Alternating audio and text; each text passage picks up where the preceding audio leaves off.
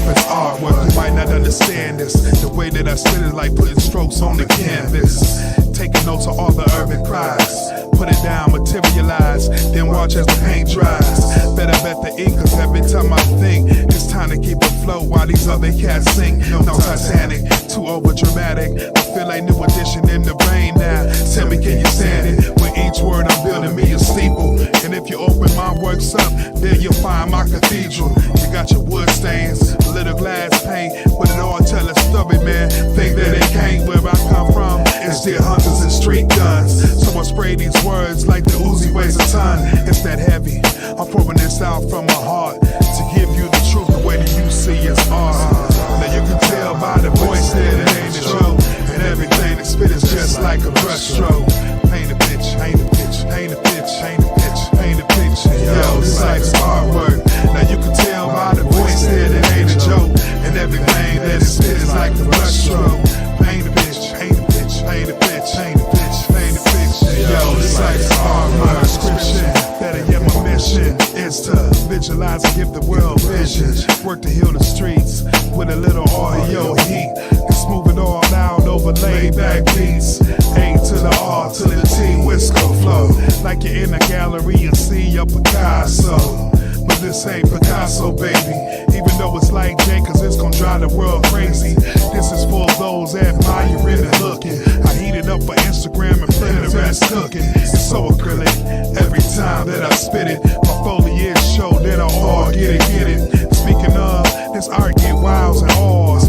Like a masterpiece that's up in the halls. Everything is so realistic, but better yet, man, yo, it's so artistic. Cause and you can tell by the voice that it ain't a joke, and everything that spit is just like a brushstroke. Paint a picture, paint a picture, paint a picture, paint a picture, paint a picture. Yo, this life is artwork. Now you can tell by the voice that it ain't a joke, and everything that it spit is like a brushstroke. Paint a picture, paint a picture, paint a picture, paint a picture, paint a picture. Yo, this life is artwork. My glazing, bring the pick on home. I'm just an artiste in the Midwest zone.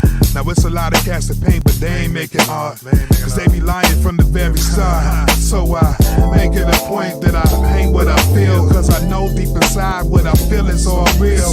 And this exhibit don't end till I say so. Sincerely yours, Michael Tangelo. Now you can tell by the voice that it ain't a joke, and the way that it spit is like a brushstroke. Paint a picture, paint a picture, paint a picture, paint a picture, paint a picture. Yo, this life is artwork.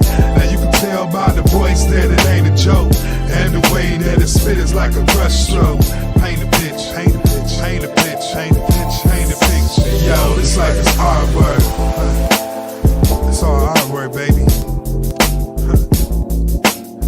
Welcome to my masterpiece, theater. Now you can go on and get a bootleg of it if you need to, you know what I'm saying? You can hang it on your wall, you don't even need a frame.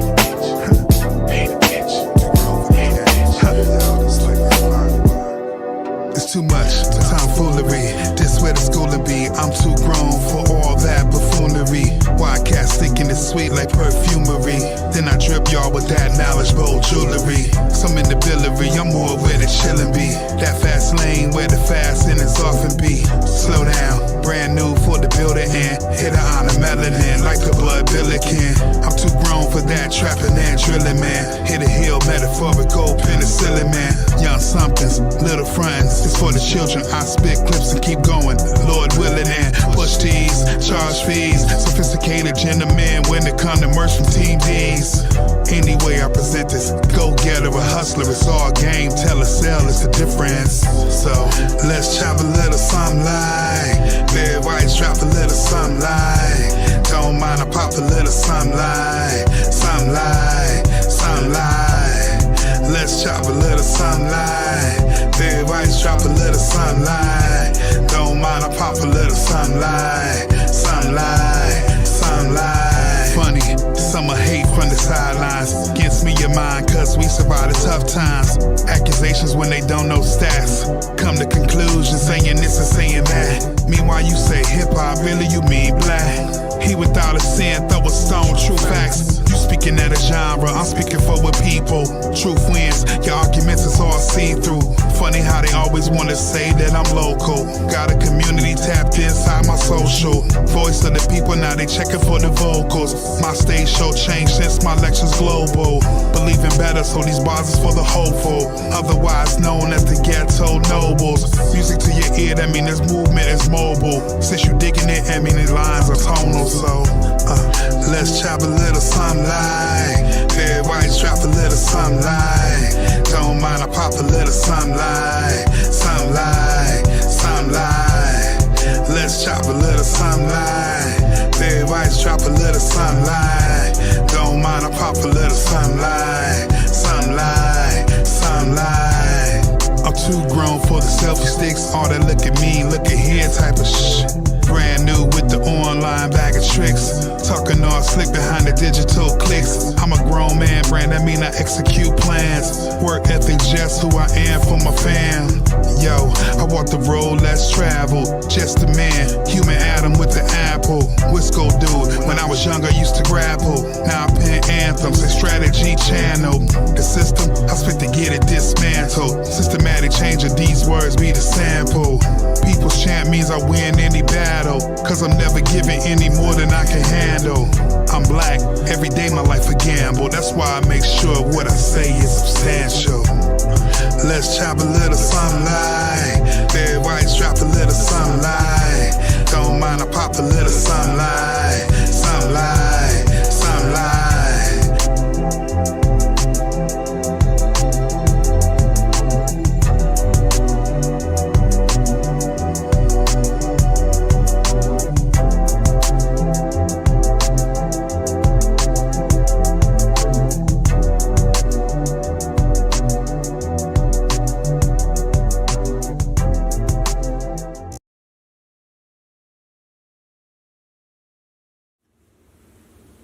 Hey yo, may I interject? It's about time for communal reconnect. Power of the we in some type of context. Working on the us so we can get to what's next. Just that grown brother, grown sister type of flex. More like soul check, not just collecting checks. Facts, not feelings, is what we got on deck. Take the high road, so this here is high tech. Getting back to the real, the very thing that we hitting on. Pull up or sit down and tell me what you sipping on. Reclaiming kinghood, that is what we getting on. Real headlines is what we spitting on. So, hey now, let's have a conversation. Maybe take a sec, talk on what we facing. Only way to change is to change the situation. How about we break bread now and have a conversation? Hey now, yo, let's have a conversation. Maybe take a sec, talk about what we facing. Only way to change is to change the situation. So how about we break bread now and have a conversation?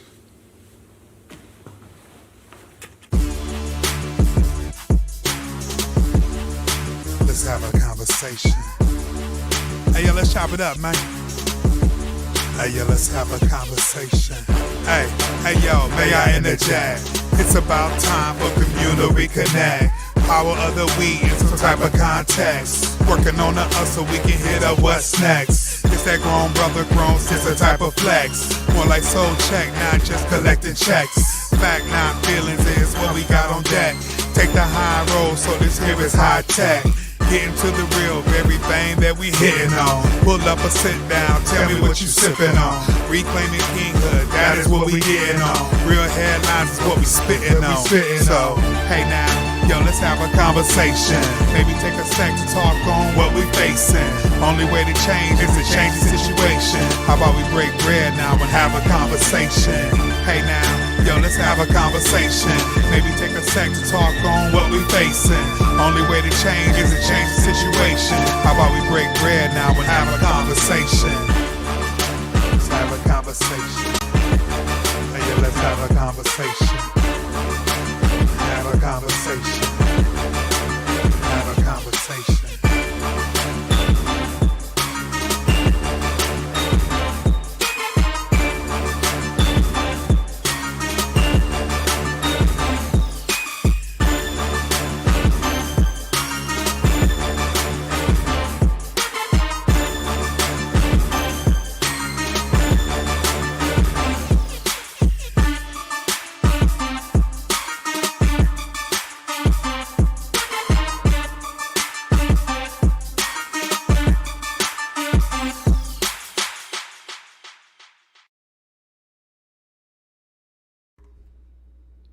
Hello, we are the Real Bravado Network, and we examine Black people relationships from an image perspective. Image impacts and influences your life and life experiences. It also determines how you were treated and how serious you will be taken. It can also influence your mobility, up or down. Image is a reputation that you are known for, which includes your behaviors, your character, and your appearance. The Real Bravado Network can't complete these objectives without a forensic examination of the 3 phases of the live stream: her image, his image, and our collective image. The Real Bravado Network want Black men and women to win with each other. One way of doing that is to protect each other's image, but first, examining what we have done to our collective image. Please support the Real Bravado Network on YouTube by clicking subscribe, hitting the thumbs up button, clicking the bell notification for updates, and leaving a comment in the comment section. Here at the Real Bravado Network, we dare to be bold, not silent.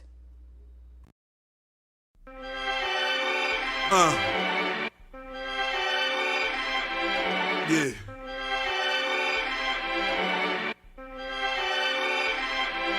Who's keeping it real? Who's really had a bad deal? What's the point of a pill and touching what you can't feel? Take each quote, let that provide hope. Now walk in silence and push the envelope. How rap turned bad, I never know. I remember Ozone and Turbo and Curtis Blow solo singing. These are the breaks. The first time I heard a Too Short tape. Controversy on where it started and what state. In '88, I watched it elevate. It got so large that corporate America made it circulate. Now thanks to that, it's money in gangsta rap. Tried to eliminate vinyl, man, these motherfuckers done snap. I feel like that was direct blow, aimed toward the ghetto. They don't fucking rock and roll, it's like taking guitars out of heavy metal. And I ain't gonna settle for that, so I keep my shit waxed. For my hip hop heads and my turntable and crate cats. Down to keep it underground, without the railroad. 100 million copies made, that's 100 million copies sold. So fuck platinum and gold, I'm on some next level, yo. Make the scientists add an element to the periodical. I'm Christopher Columbus, I'm unchartable. Until I hit land, the dirtiest nigga around. Esau, shit, black sand. And I ain't a liar, I do it for the money and the fans and the power that I feel. When the mic's in my hands, it be like who's keeping it real? Who's really had the bad deal? What's the point of a pill and touching what you can't feel? Take each quote, let that provide hope. Now walk in silence and push the envelope. Who's keeping it real? Who's really had the bad deal? What's the point of a pill and touching what you can't feel? Take each quote, let that provide hope. Now walk in silence and push the envelope. Yo, push the envelope, raise prices up and down like ski slopes. Ghetto wishes and lost hopes. Move past the slowpoke, selling chopped up soap. I parlay amongst my people, I parlay amongst my folks. Spitting hip hop quotes. This rap life, this street life ain't no motherfucking joke. I'm daily dreaming about 30,000 dedicated fans. Real life one-man bands, DJ speaking with his hands. But on the other hand, we splurge grands. Rolling in a full-size Chevy conversion van. Thinking up power moves, schemes and scams. And how can we make these G's expand? My next plan, credit card schemes and scan. Triple beams and grams. Before this thing called hip-hop, I take a firm stand. Time to make a statement. I'm trying to be your man when boys is trying to be complacent. My motivation is to inspire innovation. Without hesitation, we pioneers in this situation. Real MCs are chosen to create messages spoken. Hip-hop's a way of life that can't be taken for a joking. Now through it all, I stand and pledge my devotion. Let my words soothe the world like tough skin and lotion.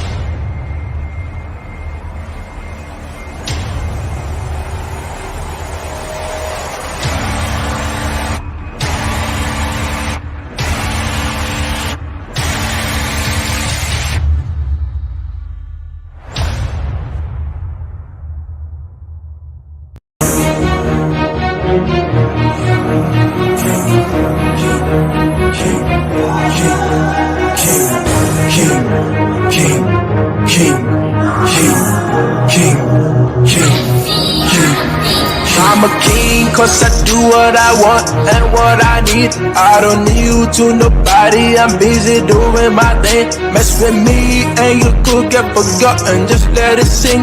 I don't play, I just win every day, I get it in. I'm a king cause I do what I want and what I need. I don't need you to nobody, I'm busy doing my thing. Mess with me and you could get forgotten, just let it sing.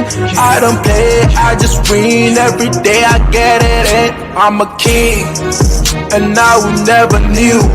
Plotting for my fall, you getting hate for treason. I don't have to please, do anything I feel. Haters gonna talk, don't listen to the shit. They tryna be like me, they know they can, yo. Can't even get close, I'm on a pedestal, sitting on my throne. My neck be decked in gold. I don't do no hoes, I've got a queen though. I'm a king cause I do what I want and what I need. I don't need you to nobody, I'm busy doing my thing. Mess with me and you could get forgotten, just let it sing. I don't play, I just win every day, I get it in. I'm a king cause I do what I want and what I need. I don't need you to nobody, I'm busy doing my thing. Mess with me and you could get forgotten, just let it sing. I don't play, I just win every day, I get it in. I'm a king, I told you guys before, ready for the war, to get me way much more. Gather all this spoils, add them to my kingdom. Shout out to my fans for pledging your allegiance. You get a reward, the best flow you've ever heard. I don't be mixing with birds, I'm a lion on the surge. Always pushing to the edge, facing arrows, never scared. For my greatness I'ma serve, and only under myself. I'm a king cause I do what I want and what I need. I don't need you to nobody, I'm busy doing my thing. Mess with me and you could get forgotten, just let it sing. I don't play, I just win every day, I get it in. I'm a king cause I do what I want and what I need. I don't need you to nobody, I'm busy doing my thing. Mess with me and you could get forgotten, just let it sing. I don't play, I just win every day, I get it in.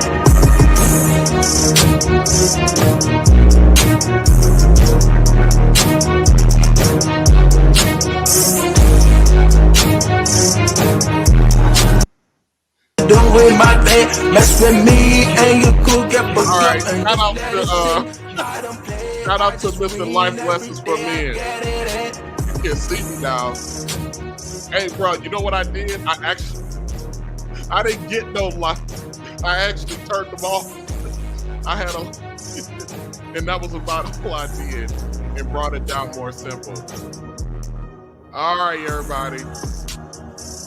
Yeah, RBN is streaming live right now. We are the real Bravado Network, and this is Have the Conversation, y'all.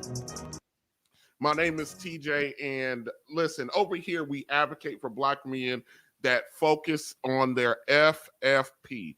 What I mean by the FFP, we advocate for men who focus on their family, their finance, and their purpose. And, you know, and that's going to look a little different from for each man. You know what I mean? The family could be the one that you created, could be the one that you grew up in, the one that you hope to be. Your finances, you will determine what your level of financial freedom that you want. And you want to make sure that we support those who want to be responsible with their finances. And also, we definitely are supporting men that are always on their purpose, the purpose that they set, not the purpose that somebody else wants to set for you. All right, listen. We support the brothers over here that make, we support the Black men whose personal brand reflect the best of us. And the best of us reflects that, the best of us reflects a man that is dependable and useful. and someone who consistently demonstrates, and shout out to Kevin Samuels, consistently demonstrates that they are a confident, intelligent, and assertive man. And over here, the CIA, and over here, we define a real man as a man who has a meaningful, accountable nature.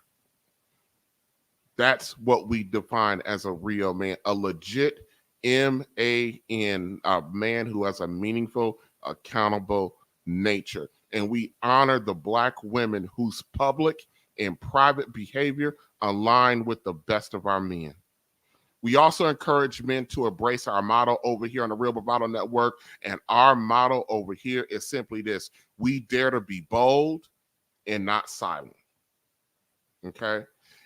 And the Real Bravado Network places a high degree of importance on character, personal brand, personal development, with a foundation of accountability. Our name says it all. Real Bravado essentially means we are real bold, and that's what we aim to do with each and every live stream over here, and that is just to be real bold. All right, guys, listen. Before we get going. I got a couple housekeeping things that I want to kind of get to today. First of all, I had this whole thing, like this whole stream planned on around what 50-50 looks like and how that makes you her queen. We are actually going to get to that tomorrow because there's a bigger pressing issue over here than that. That's important. But over here today, we're going to talk about something a little bit different. So for those of you that are with me today, watching today, go ahead and join me tomorrow at the same time to deal with what 50-50 looks like. We got some other pressing news. But before we get there, I do want to take a time to actually talk about something that that I really don't talk about too often, that I've never talked about. So since I've been doing the live stream on the Real Bravado Network, every stream in the down front has been a set of watches that I have had on the stream, and I've had plenty of people actually make very derogatory comments about the watches. And I'm thinking to myself, before you make derogatory comments about those watches, why don't you find out what they are and why they're there, or ask why they're there? Why are they there? What I have here is what I call a watch. I have a watch collection from the Benjamin Banneker Watch Company. The Benjamin Banneker Watch Company is a Black watchmaker, and they're based out of Chicago. Let me see. I got a close up of the. Let me see if I can do it. Let me see. There we go. Here we go. Well, here's the box. There is a watch inside so you guys can see the logo. Go ahead when you got time and look up the Benjamin Banneker Watch Company. I'm not going to get into a whole history of who Benjamin Banneker is. Just understand Benjamin Banneker is that dude. He was alive right around the time Thomas Jefferson was alive.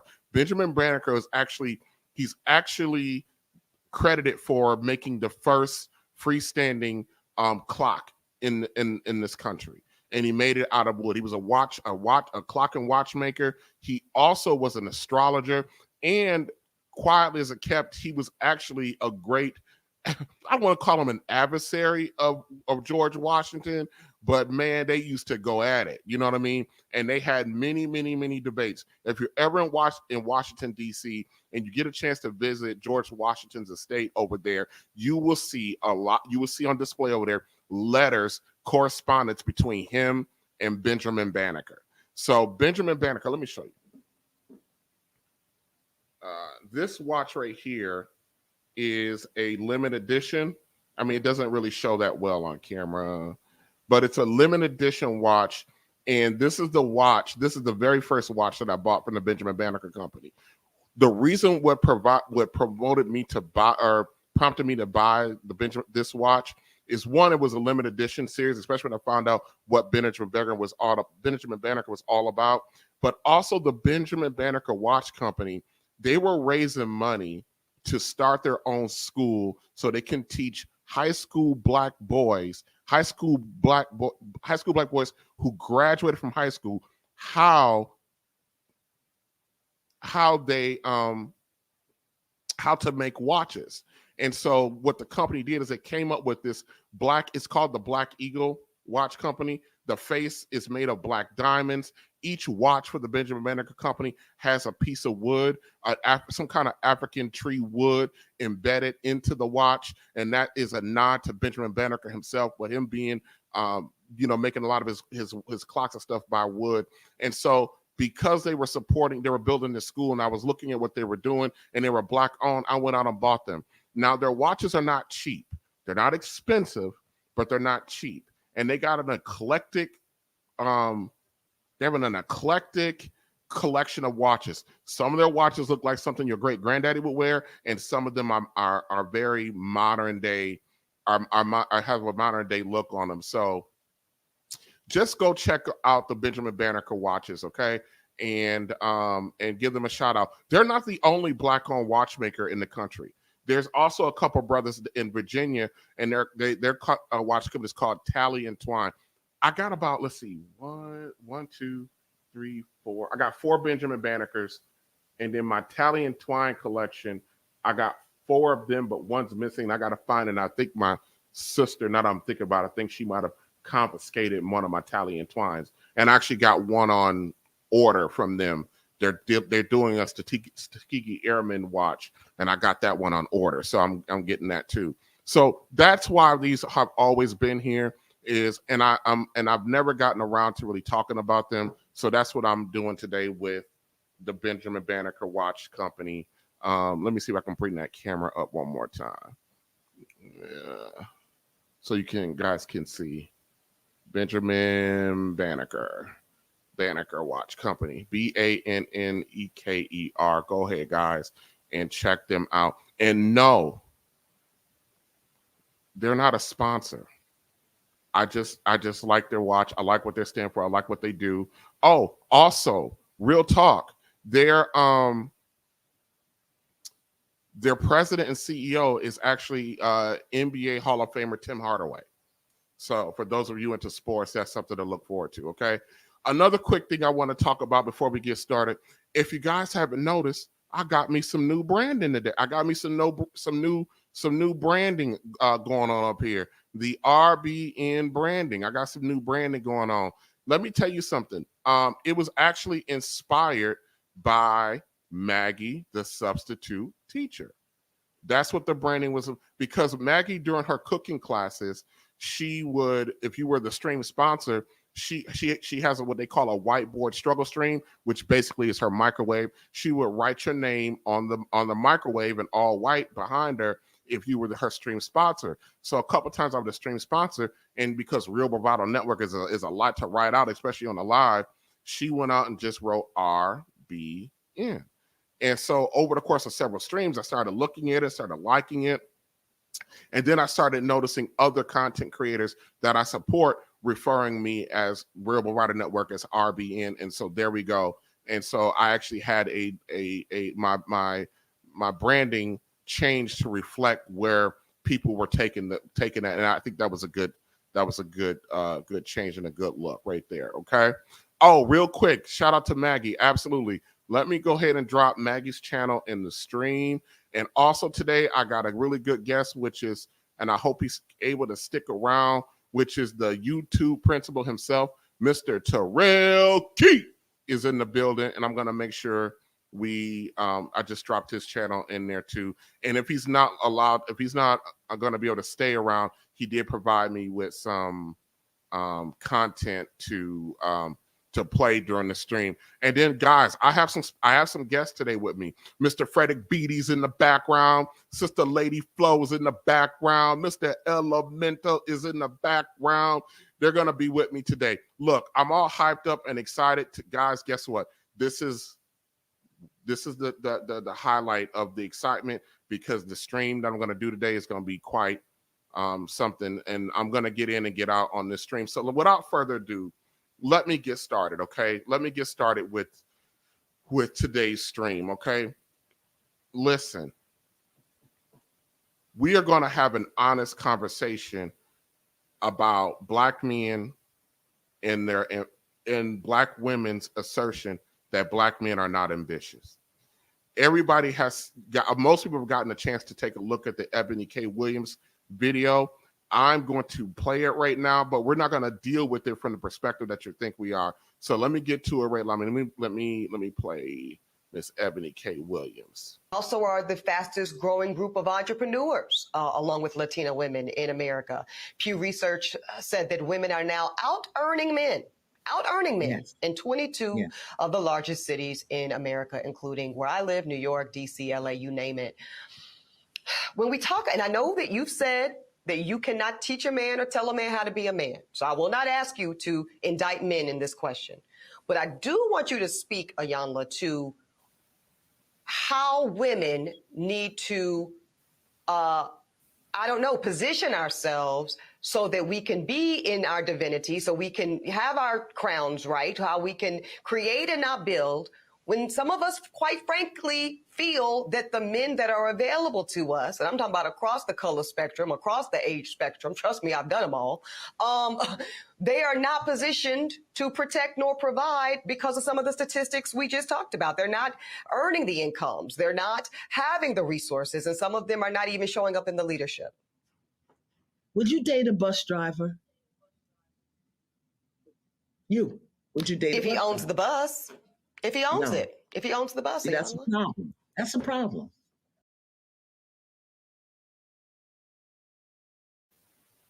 That is an absolute problem.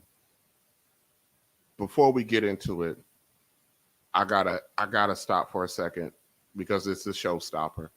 Here we go. Here comes the money. Here we go. Money talk. Here comes the money.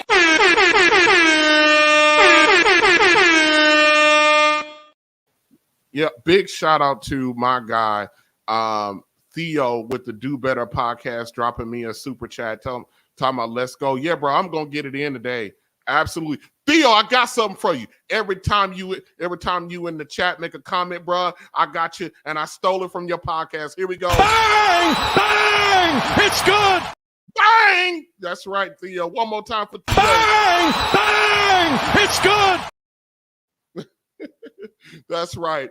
I got that for Theo anytime he's in the chat. Brother, I appreciate you stopping by. I'm always excited to see Theo.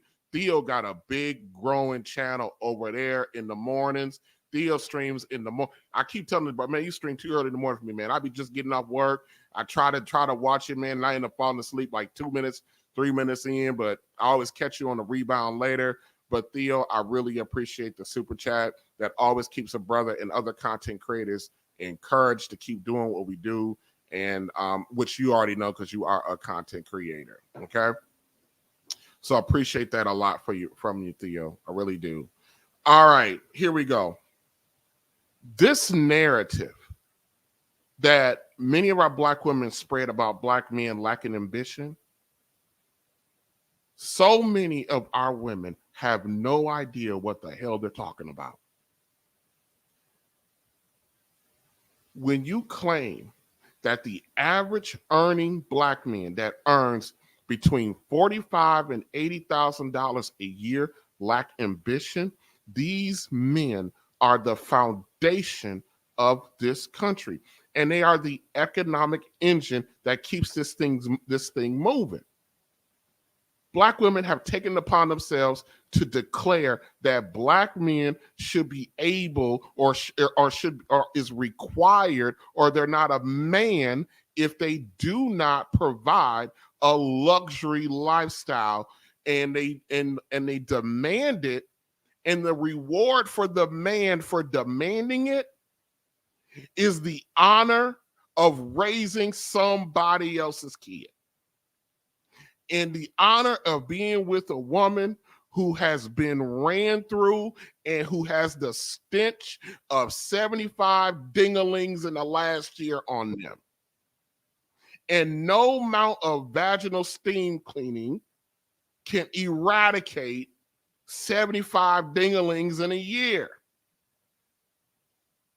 But you want to sit here and talk about Black men lack ambition.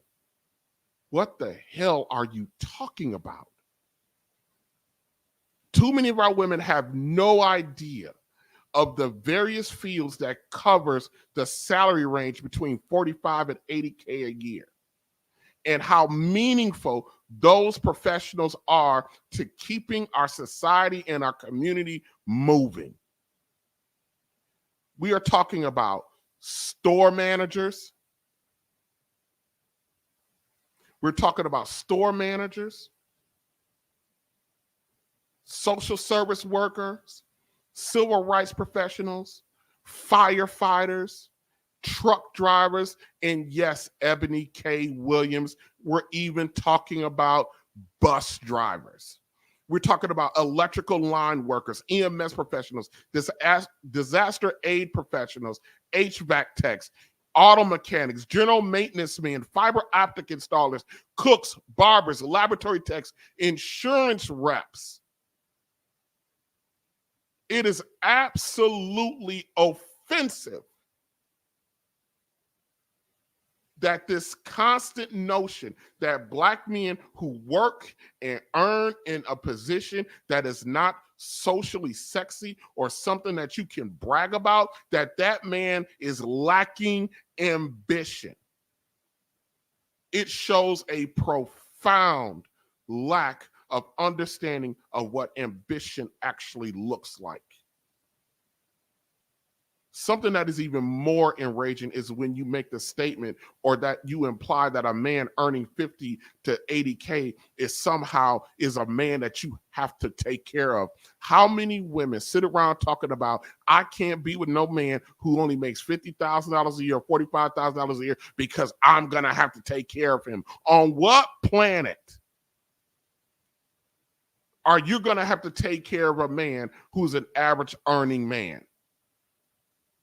You sound stupid, very stupid. And I'm telling you, when you say this all the time, all over social media, not even on social media, but some of you say it to us to our face. And most men ain't got the balls to tell you what they want to tell you. And here's what they really want to tell you.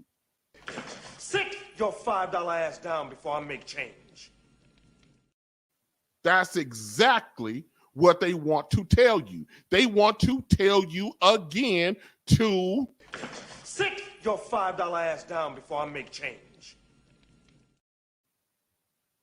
How in the world does an electrical line worker who averages $40 an hour need your money to take care of him?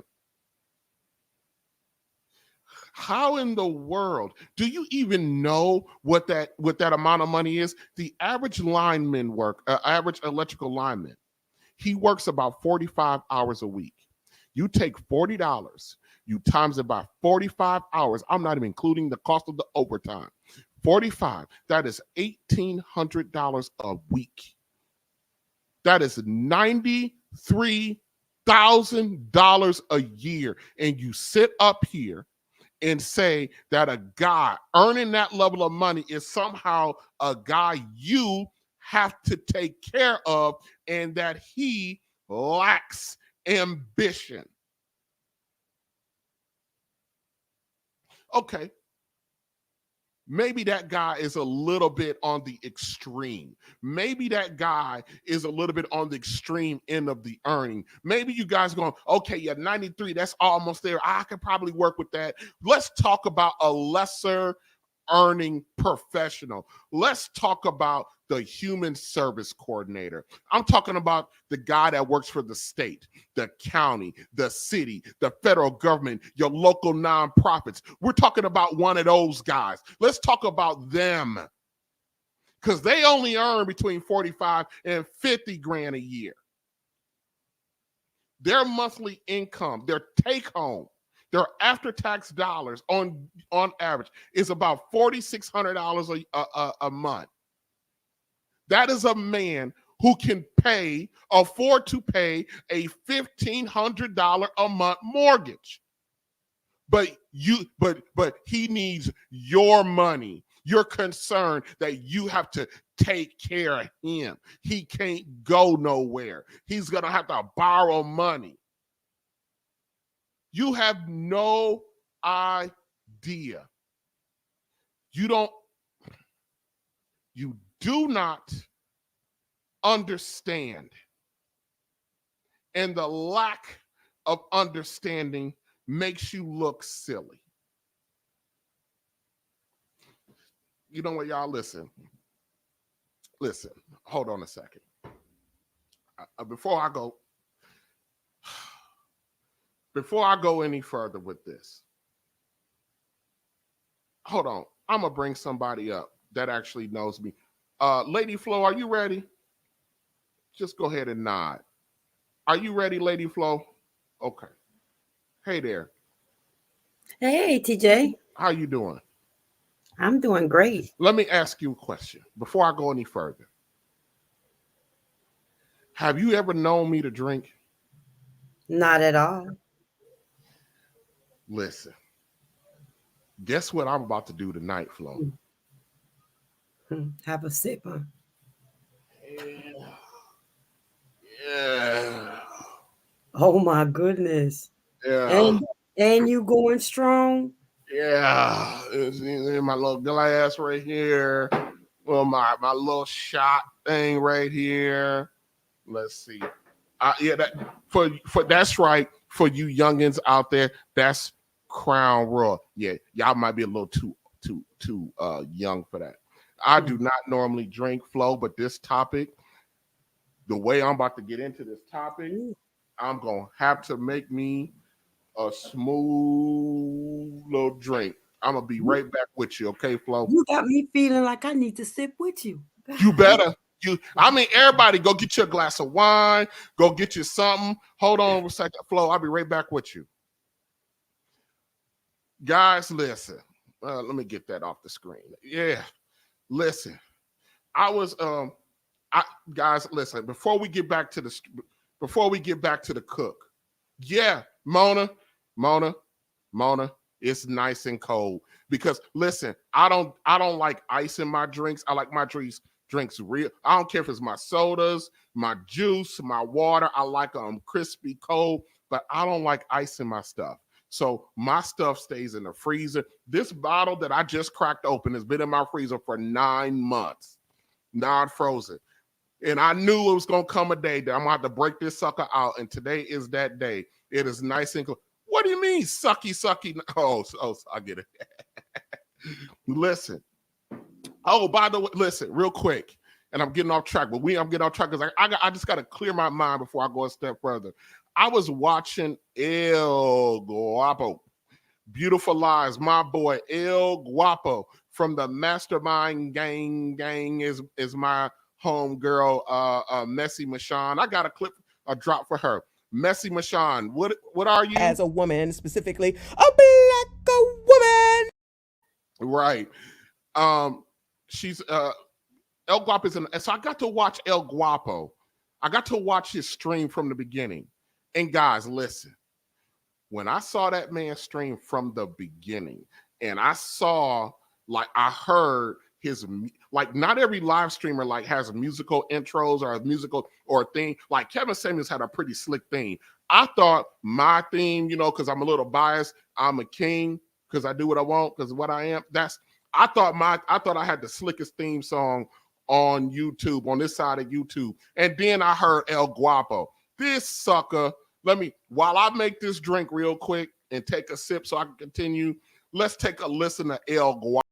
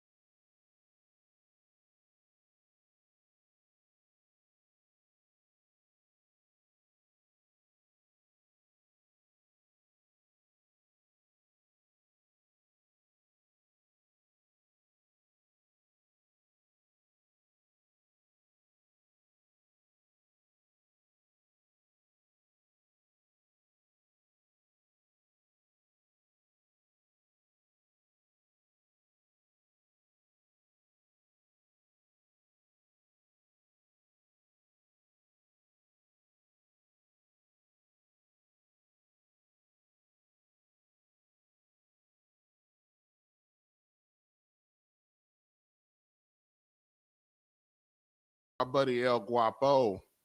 All right, y'all. Hold on. Let me get this off the screen. All right. Listen, everybody. For our women who got a problem, we constantly talk about our lack of ambition. The lack of understanding makes you look silly. Lack of ambition. Like, for real? I mean, like, for real. We'll get back to the money thing in a little bit, okay?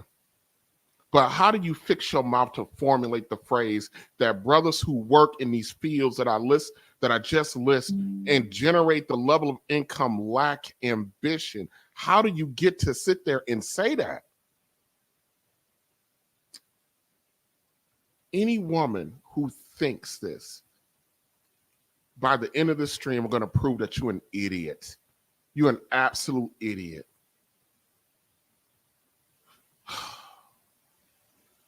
You know, and as I'm sitting here thinking about it, those of you ladies who sit there and think that brothers in general, these regular old brothers lack ambition, y'all probably are not even fit to be with these brothers. But yet you want to sit around and talk about your standard, like your standard's so high and these brothers' standards are so low and beneath you.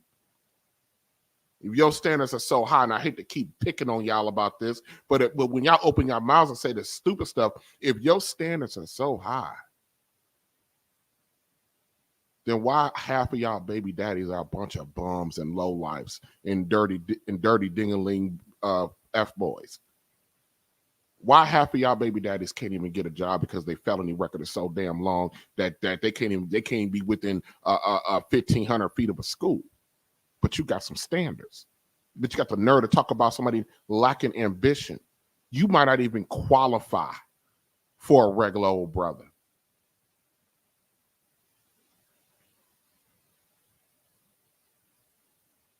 A lot of you are looking at these men at the end of the line when they've gotten there as a finished product. And you have declared, and you judge them, judge what they're doing, judge their pockets, that they are not enough. I got another quick video that I want to play. This one's actually from my own personal live stream. The last live stream that I did. This clip is from that. Let's take a quick listen. A lot of times, you know. Why is it a challenge? Well, why is the perception that a woman expects a man to invest in himself and invest in his future? Why is that hurdle too high? Because why invest in himself? Why is it a woman expecting a man to invest in himself?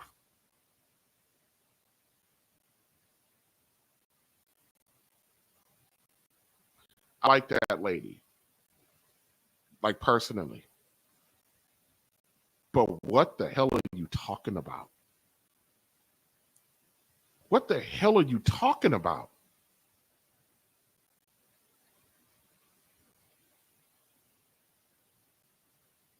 I think this goes to the case, or make the case, that black women probably just don't like black men all that well. That you can open your mouth and say that.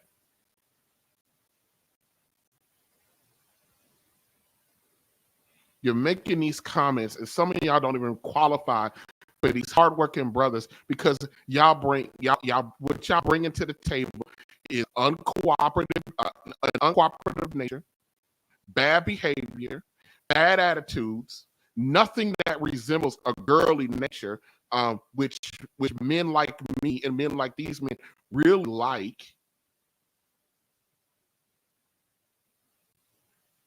You bring other men's children. And I know I know that at times ladies feel like you always bringing up our kids.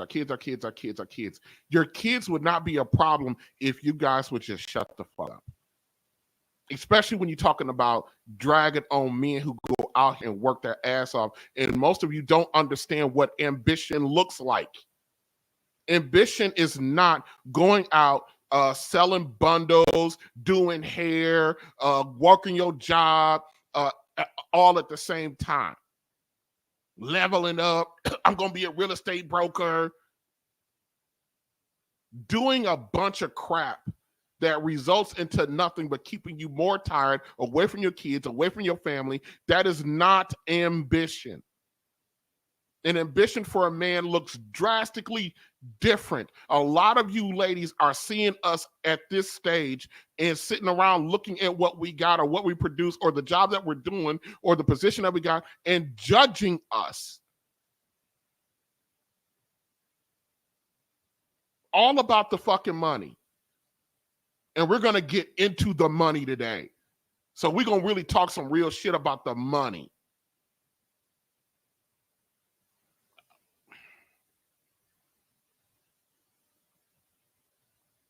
Y'all come up in here and have kids by some of the biggest duds on the planet and got the nerve to talk about the regular old brother, the $50,000 a year brother, with the nerve to talk about him having a lack of ambition.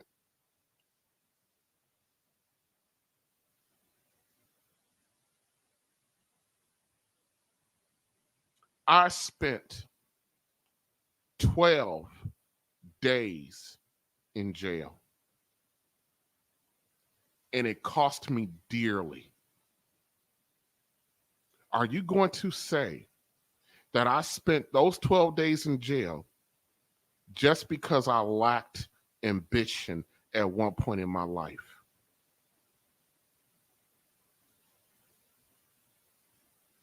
I know a few people's mouth just dropped open right there. I know a few of your mouths just dropped open right there. But this is story time with TJ right now, talking about ambition. When I was a senior in high school, I was raised by my grandmother, my mother's mother. My mother's mother, my grandmother, adopted me when I was 6 years old. Not took me in and raised me. She legally adopted me because my mother was not, I don't want to say she wasn't fit at the time. It was not a sustainable place for me to be at. So my grandmother legally adopted me. My grandmother has 7 children. I became legally 8. This includes my mother, all of her brothers and sisters, their siblings. These are my aunts and uncles. My grandmother raised, and then she also had a son that's a year older than me. My grandmother, and this is not a knock on her, this is just the reality and the facts of what happened.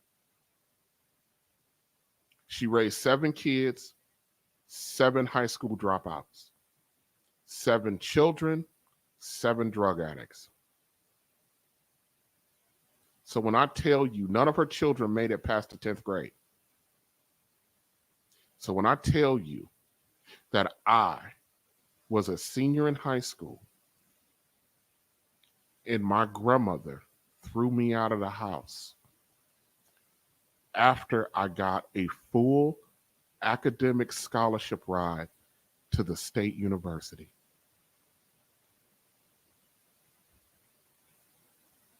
Hold on a second, guys. Give me one second.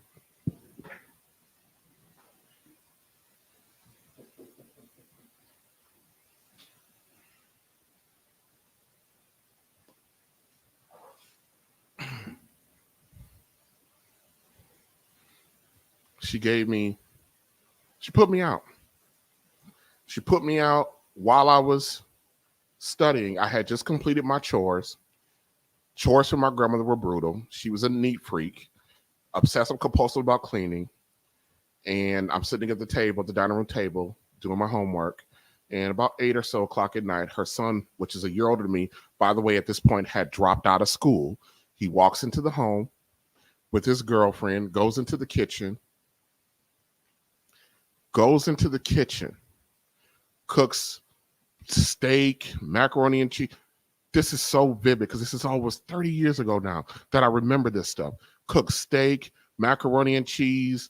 And this boy ain't never cooked a meal in his life. When I tell you He cooked steak with flour and water.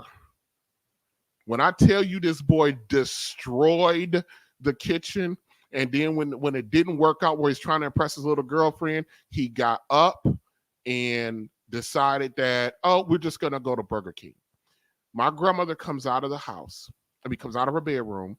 I'm sitting at the kitchen. Sitting at the dining room table. I'm doing my homework. She sees the kitchen. She turns to me. I need you to clean this up. And I go, oh, sorry, grandmama. Your son did that. I've already done my chore. My grandmother flew into a fit of rage. Started screaming at me, yelling at me, throwing stuff at me, and eventually told me to get out. I didn't believe her. I packed up my stuff and went upstairs to my room. About 2 minutes later, she comes flying up the room, upstairs with a broomstick. You don't get out of my house right now, I'm gonna beat your ass out of here. When I tell you to get out of my house, you're getting out of my house. And I left. I had a little piece of car. I just thought maybe she needed to blow off some steam. So I just left. Her blowing up was nothing unusual at that time. So I just left. I went over to her auntie's house, my great auntie house, and spent the night. Told her what happened, spent the night. Came back the next day and was not welcome in the home. Middle of my senior year. Her aunties, her mother at this time was passed. Her aunts, her mother had passed, but her aunts, her mother's siblings got wind of what happened. They tried to go talk to her. They said to her, listen, no one in our family has ever made it past high school. This young man has a full academic scholarship ride. You can't throw him out. She did it anyway. Not only did she do that, in high school, I lettered. I was an athlete. I wrestled, ran track, and then also in the theater. I lettered in theater and I lettered in track. I have no evidence, physical evidence, that I attended high school. Because when she threw me out, she cleared out my room. She threw away anything that remotely identified me as being in that house since I was 6 years old, out of anger.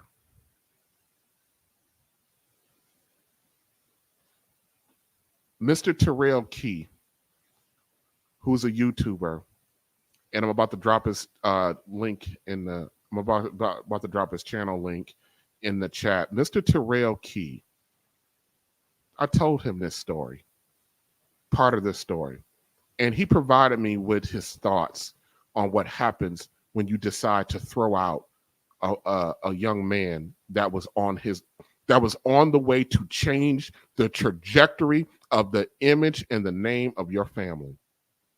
Give Mr. Terrell Key a second, y'all. Hello, everyone. My name is Terrell Key, and I am an educator, man. I've been in education for 17 years, man. I've served as a substitute teacher, as a teacher. I've been a school counselor, and now an assistant principal. And hopefully one day I'll be a building principal. But the reason why I'm here is to talk to you about the effects of putting out young boys early on in the process, man, especially when they're in high school and they're not quite ready yet to be out on their own. And, you know, now keep in mind, I've worked with both boys and girls that have been put out of their homes before.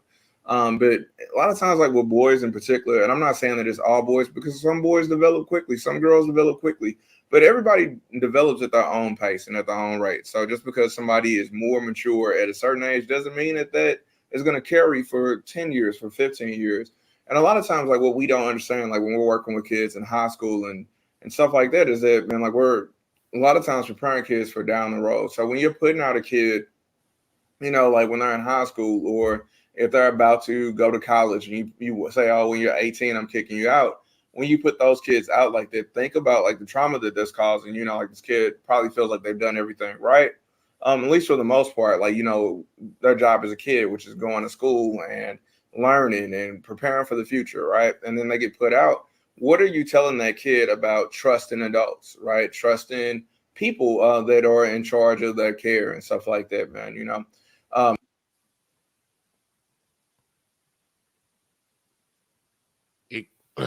this is a high school principal who's seen this time and time again. Real quick, y'all, I got to do something real fast. Here comes the money. Here we go. Money talk. Here comes the money.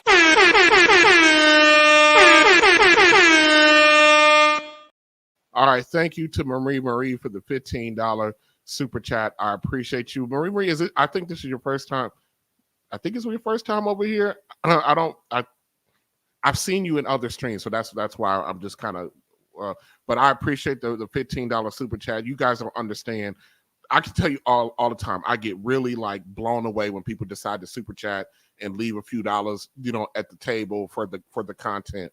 You guys have no idea how much I appreciate that and what that actually means to me and the channel and the encouragement to keep going. That is, I mean, come on. I gotta give it up to you one more time.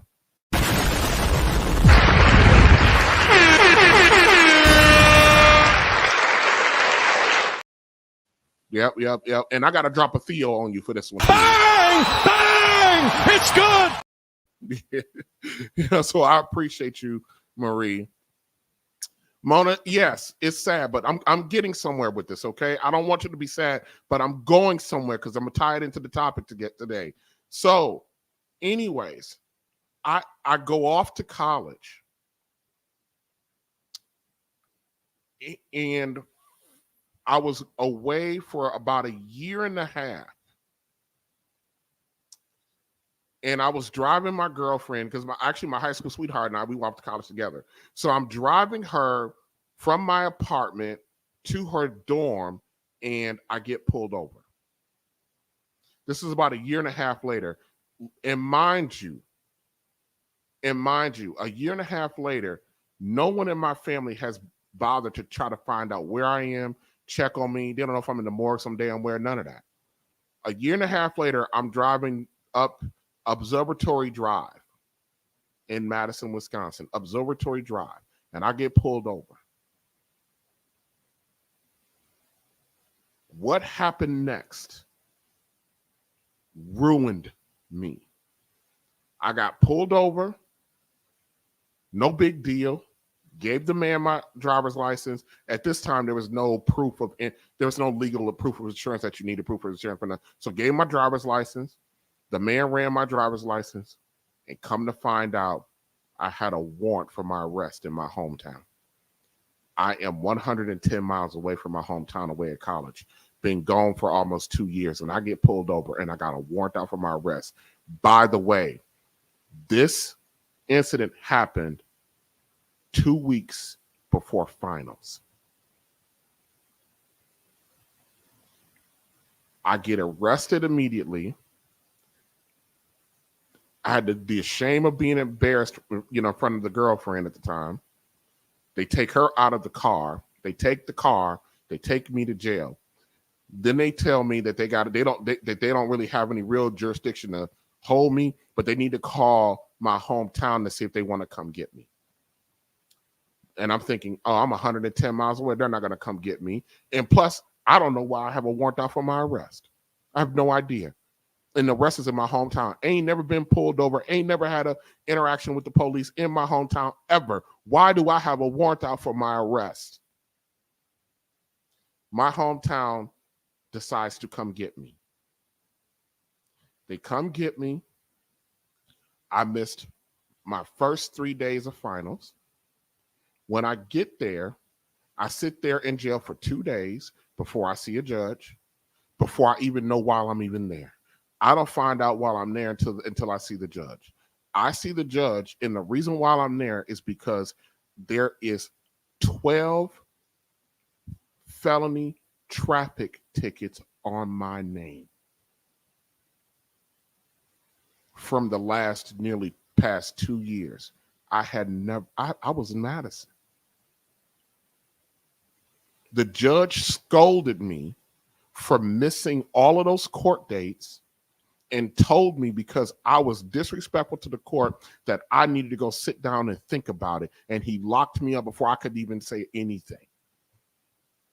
I was locked up for 12 days. I missed finals, got fired from my little piece of job. Guess what happened to that goddamn scholarship? It was an academic scholarship. I failed all of my finals.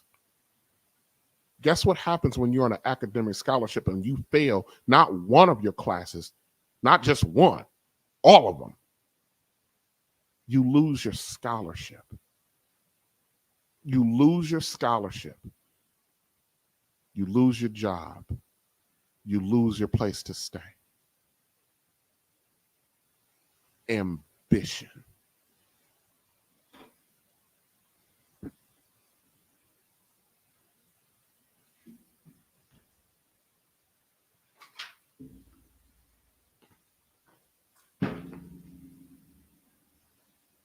That is my undergrad degree.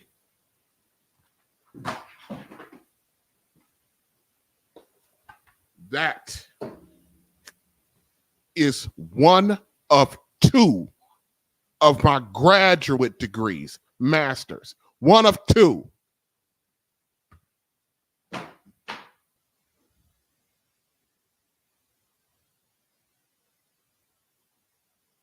And regular old brothers aren't ambitious.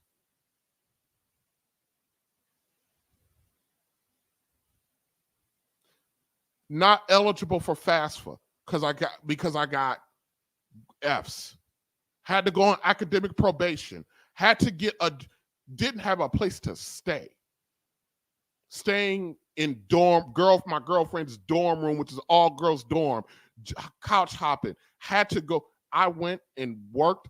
I found a job at a hotel restaurant, waiting tables just so I can eat. I had to pay for a year's worth of schooling, at least part-time for a year, and get at least a B average throughout the entire year for the privilege to apply for reinstatement of financial aid, which I did not need because I had a goddamn scholarship.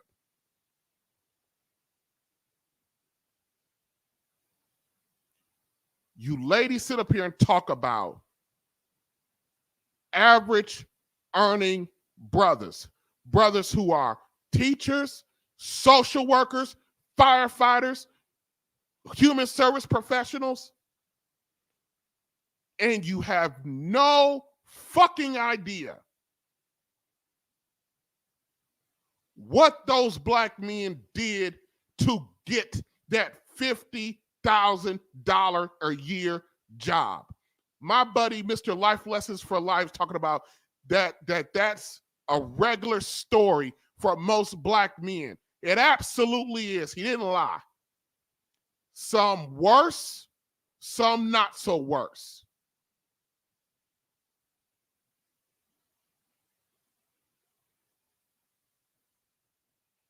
After I got my undergrad degree, here's some of the jobs I had to get. These less than $50,000 a year jobs. I worked at the Urban League, which is a major civil rights organization. I worked for them for 10 years, and I worked in a program that assisted deadbeat dads in finding gainful employment so they can pay their damn child support. I took my college education, my skill set to help you ladies, your fucking baby daddies, to earn some bread, to put some food in your kid's mouth, to take the burden off of you. I taught basic computer skills class to senior citizens. This is all in conjunction with the Urban League. I worked for a workforce development center where I helped people with regaining their soft skills, displaced workers. These are your brothers, your sisters, your aunties in your community. I ran a GED program. I was the director of a men's homeless shelter. And all of these jobs required either an undergrad or grad degree, and I had to have it to make $50,000 a year. And when I made $50,000 a year, I never had it. Not one woman I was dated or was married to had I needed her fucking resources for anything. But you call regular old men. Joy, I love her to death. That was on my stream. We don't invest in ourselves. What the hell you think that was what I did? And my story is not unique. My story is common, and it's probably there are brothers out here who wish they could have went through what I went through instead of what they went through. 54% of black men are single, childless, and earn enough money to be considered middle class, and you fucking call them not ambition or lack or don't want to invest in themselves. The standard of living is not for black men to be rich for the privilege of having a fucking baby mama for a woman. The vast majority of our women are baby mamas. I'm not trying to dog you. That's just what it is. And y'all got the nerve to sit up here and this 40-year-old Ebony K. Michelle go, if you look at the scowl on her face, to turn her nose up at a bus driver. No other group of men have to put up with this damn nonsense. I'm going to get into the money in just a second because y'all want to make this about the money. But I want to bring up some guests and give them an opportunity and give me a little bit of break to compose myself and get some thoughts on there. Mr. Frederick, Mr. Elemental, why don't you guys go ahead and cam up for me? Let's see if you're back there. Go ahead and cam up for me. What's up, brother? What's good? How you doing? Do you lack ambition?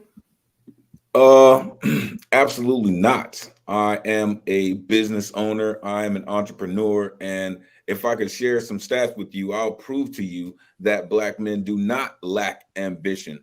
All right. From the Bureau of Labor and Statistics, right? Black business owners account for about 10% of U.S. businesses and about 30% of all minority-owned businesses, right? By comparison, 50% of majority black or black-owned businesses in 2020 had male owners, while only 37% were owned by women and 8% had equal male and female ownership.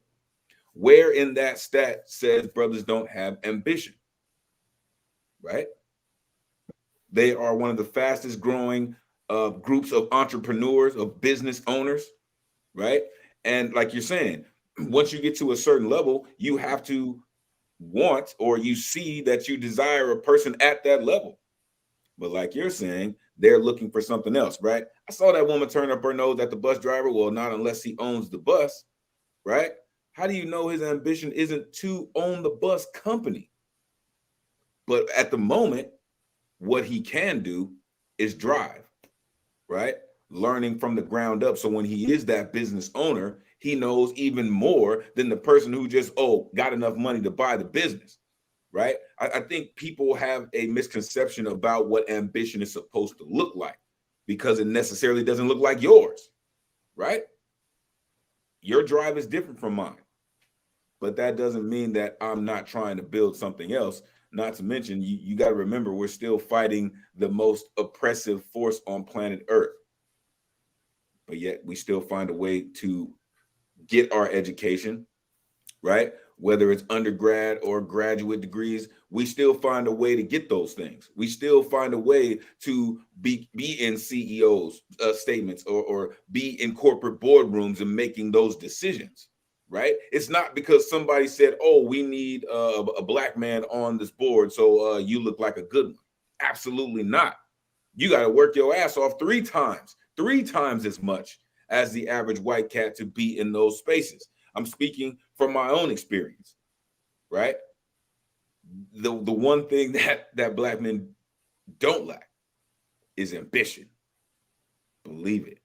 And if you are being around people that don't have it, you might need to change your circle up a little bit.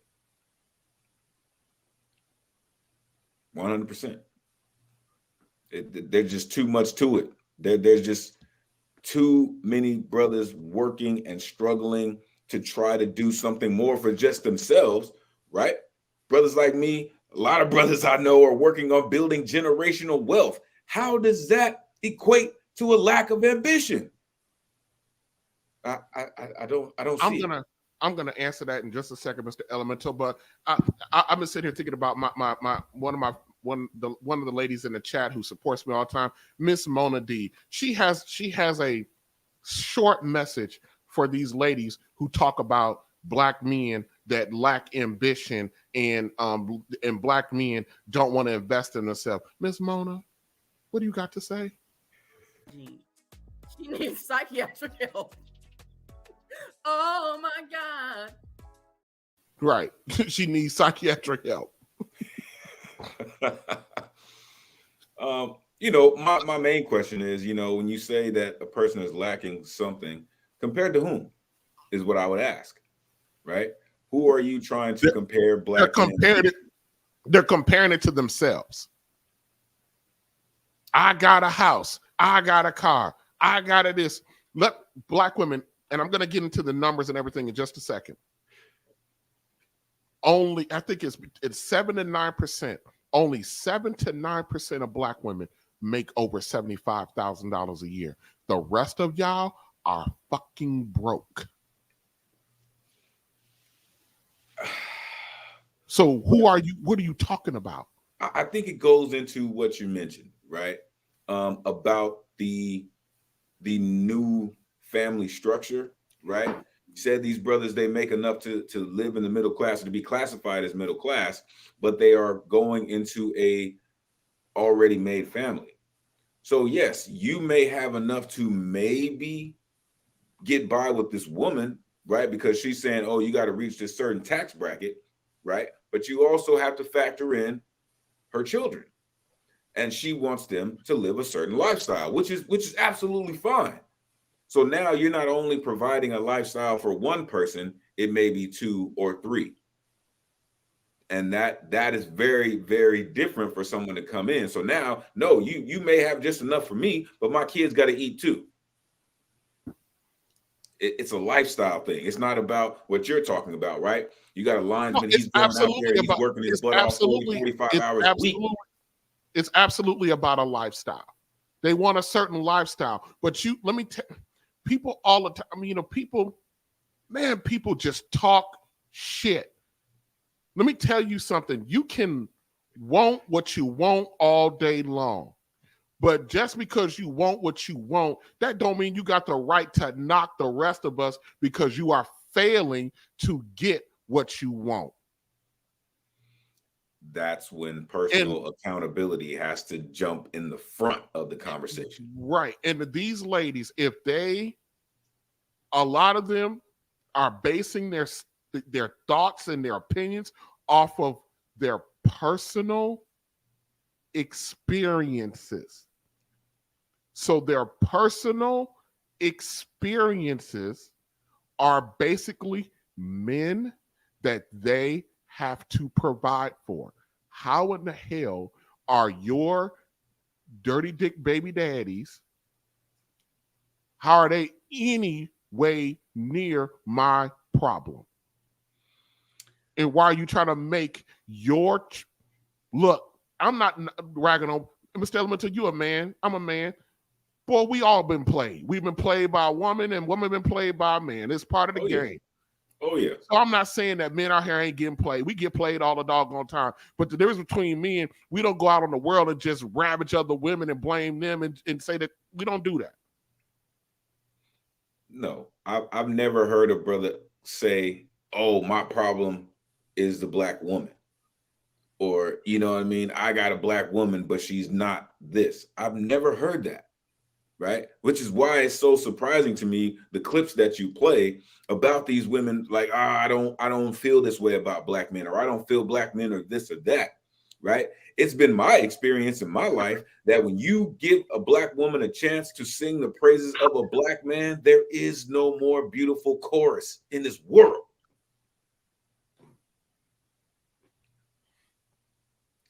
Mr. Beatty, I'm glad you got the thing worked out. What can I do for you? I'm on my phone actually because I still have a tech issue with my computer, but to amplify Mr. Elemental's point, I got to 100% wholeheartedly that what the hell are these women talking about? What? First of all, I want to know what the hell they're smoking because I want some too.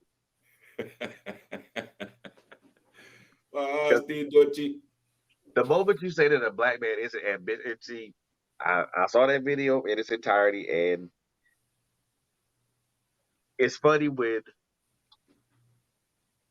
a woman says they'll be involved with a guy if they own a company, if they have if they're a major stockholder or something, or if they have a vested interest into it, which is quite weird to me. But then again, they're looking for a lifestyle. They're looking to have their lifestyle change or looking to amplify their lifestyle. I don't get that. I honestly don't. You know, when so and I'm gonna stay with Mr. Elemental, man. But hell yeah, I'm an ambitious guy. I have my own business, have my own podcast platform. I'm an author and things of that nature, and I'm doing other things outside of that. But what you see, what someone may see like someone like me or you, TJ, sitting in front of a microphone or writing typing in Word, Microsoft Word or something like that. Some women may look at that and that's not being ambitious, but to me, it's me being ambitious, but also building a legacy for not only my children, but also my children's children. Come on. So when I leave this plane of existence, they can take the mantle of this platform that I'm building, and they can run with it. But again, and this is you know what, and I'm gonna put a shot over a whole bunch of people's bow right now. Men, we look at long term. Women look at short term. I'm more of a long term person that want to build things over time, so it lasts through the test of time. Women look at things for the right now, and I can't live in the right. I can live in the right now, but I'm looking 5, 10, 20 years down the line. So what I build can last. It can be something that my kids can use, and that their kids can use, and that their kids can use. Come on, bro. Right? Come on, man. That's the moment she spewed that shit out of her mouth is the moment she literally invalidated herself. And a lot of women gonna take offense to what I just said, but I said what I said, and I don't care. Straight up, TJ, straight up. Listen, let me get into this a little bit because it's our ladies have done a remarkable job of trying to tie a manhood to a dollar figure. Goddamn. I'm not saying. Oh, now. I'm not saying the money ain't important, but it's one aspect of the important thing. So let's break that down a little bit, okay? So to calculate,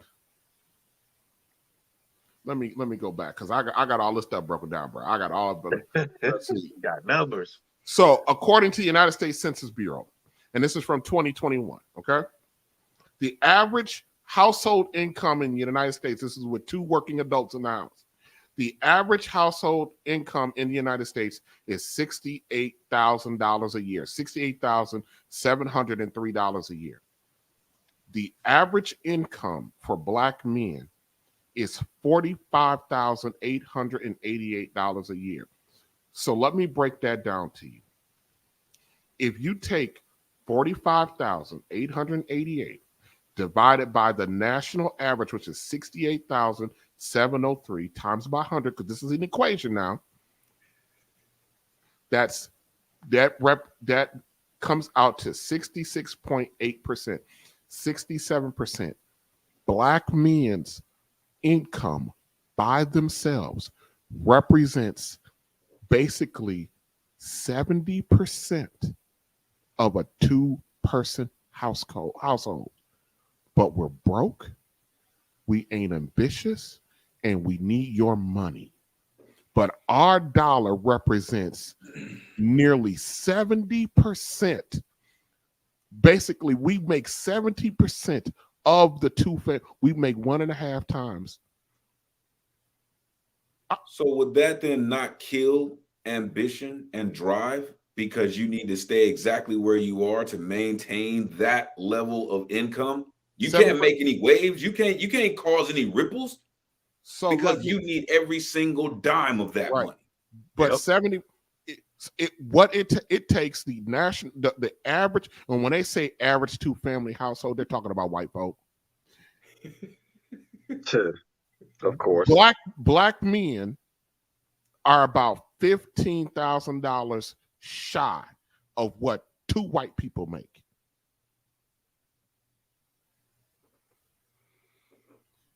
That's not bad for being behind 400 years. Hold on a second. But our ladies, our beautiful, our queens, our Nubian, this, that, the goddesses, the baby mamas, queens of the world, who are out here getting the bag, chasing the bag, and you need to level up and you ain't ambitious enough. According to that same data from the United States Census Bureau, remember, the national 2-family income is $68,703. The average Black woman's income in this country is $36,389. Our Black women only represent 52%. We represent 70%. So who ain't ambitious? It's not even a question. Let me tell you something. Hold on. Let me say this real quick. That $36,389 that they make, that also includes Black women with degrees. So while our women are talking about they're the most educated, the most this, the most that, you are coming out in debt and still making little to no money. Most degrees earned by women are earned in the humanities, which do not, as I am proof of that because I worked in them, do not generate an income. But Black men seem to somehow make 70% of it. You guys make 20% less than we do. But we're not ambitious. We don't invest in ourselves. Not even a question of who. That, to me, it's not a question of who. That the right is kind of obvious for that. Where's your WIC at, Mr. Elemento? Where's your WIC? Where's your food stamps? Where's your Section 8? Where's your child support payment? Where's your women's shelter? Hey, I want to work for those companies, man, to help empower their messages, right? That's what I'm trying to do as a CEO, trying to empower them to empower other brothers. I got one more little bomb to drop. The National Women's Law Center, which is one of the most feminist organizations on the planet. They don't like anything with a beard that they didn't attach on themselves. They don't like us. They're girl power to the 10th power. The girl power, like the Incredible Hulk, is Hulk smash, you know? Okay. According to the Women's Law Center last year, Black women's net worth. Everybody know what net worth is, right? That's assets minus liability. Yep. Black women's net worth is 0. Nah, I can't get on board with that. The reason why you can't get on board with that because you're not listening. Liabilities, assets minus liabilities. Okay. All right. Because you can't calculate lives in that. So okay. Assets minus liabilities. Meaning, according to this report, Black women, the majority of Black women are in debt. That's how you have a general consensus of that you're Black, that the medium income for medium net worth for a Black woman is 0. That means the overwhelming majority of Black women are in debt. But you chasing the bag though, right? But you you're can't chase the bag, though, right? But your man need to level. So somebody on the screen asked me, what is Black men's net worth?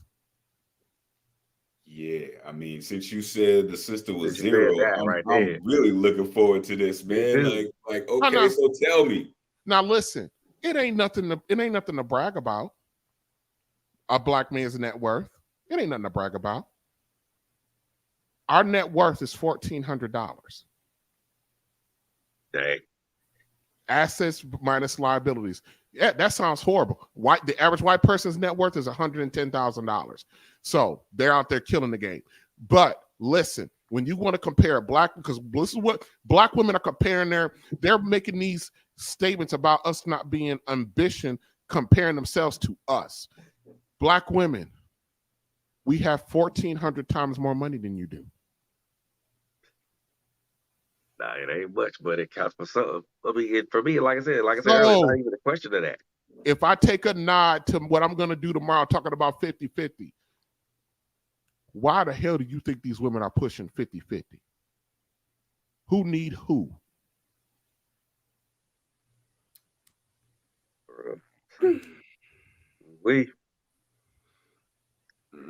It's never been a question of that for me and I'm pretty sure elements are going to agree with me. I don't give a damn what a woman make. That's not even a point. That's not even a thing to me. What you make don't mean shit to me. I don't care. No, I of don't course care about you don't. degrees. Of course you don't care because you are responsible for the woman. Why does it matter to you? Absolutely not. But they're comparing us. They're the one that's dragging us. They're the ones that we're saying this is. They're the ones that are saying ain't no qualified Black man. Ain't no Black man to do that. They're the ones comparing themselves to us. That's cap like hell.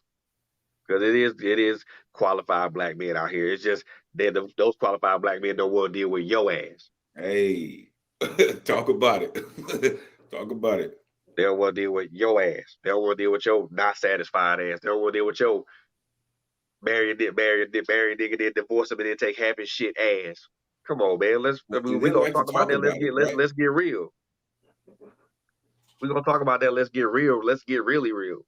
Yeah. So we're gonna go ahead and wrap it up. The chat then stop. So that means people are slowing down. But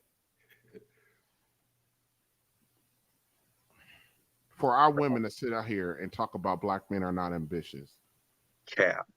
They don't know what the hell they're talking about. It's unless they're not looking at the actual numbers. They're not looking. They're not looking at anything. It's easy to fall into propaganda, right? It's easy to just follow and be a blind, just I'm go along with the consensus that Black men are this, they are that they lack ambition, right? Are you seeing that with your eyes? Because the last time I checked, the brothers are some of the hardest working people under the sun. Yeah, I'm taking you further. Are you seeing it in your community? Are you seeing that in your community now? Right. And what examples of lack of ambition do you have? Can you bring them? Can you show us what they look like? So we can show you what the opposite end of that spectrum also looks like. Guys, they're not looking at actual Black men. They're actually looking at the men that they've laid down with. And they're extrapolating that out against all of us. I'm just telling you what it is. That you know what, that is the unfair comparison right there. But you know what? I've said this time and time again. Society views your men through the eyes of their women. So if black women, we hold that to be true. If society views men through the eyes of their women, so that means that our trashy image or this narrative is through the eyes of our women, because our women are choosing and laying up with the worst of us and then extrapolating that out as if that's the majority of us, when it ain't nowhere near any of us. No. Even the worst of us have redeeming I qualities. challenge any woman. You want to talk to me about black men not being ambitious? I challenge you. Come on up here. I put $500 on the line. You out your damn mind. I add $500 of that. Listen, I'm just that cat. I'm gonna go all in, right? Because I know some of the most creative cats on the planet, some of the most ambitious beings in the world. These entrepreneurs that I know, that I'm around. Listen, you can't be successful without having ambition, right? We're not talking about someone who's just going around, picking up what the world gives. We're not talking about squirrels here, right? We're talking about people who have desires to see or taste paradise. You can't have that without drive and motivation and determination, which equates to ambition. Yeah. And you add dedication to that too. Yeah. This right here, I'm tired of our women trashing our image. All because they made mistakes about the men that they chose and the men that they and here's the thing, these ain't mistakes. These women like these men. They like them and they want these men to be us. Sought them out in some cases. Right. Sought them out, right? You go to a certain place to pick up a certain kind of cat.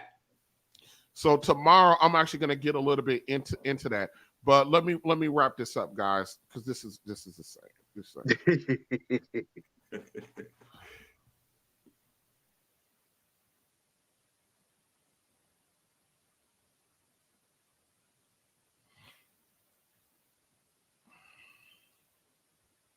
I'm just sitting here just trying to, kind of gather my thoughts.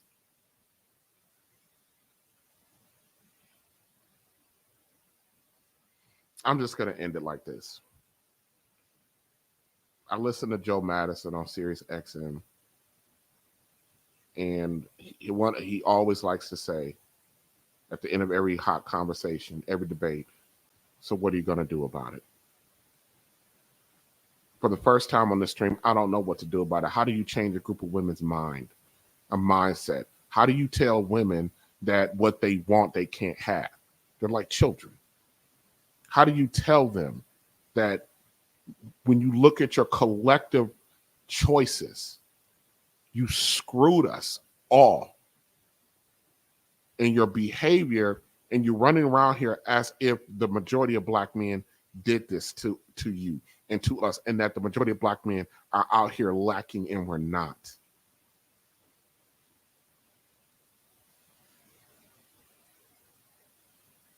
The notion that black men are not ambitious or that we don't invest in ourselves, any black woman out here that thinks that, you have no idea. And I think you don't have any idea because you don't give a damn.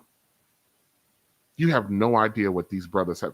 You have no idea what it took to get these men to a $50,000 a year job.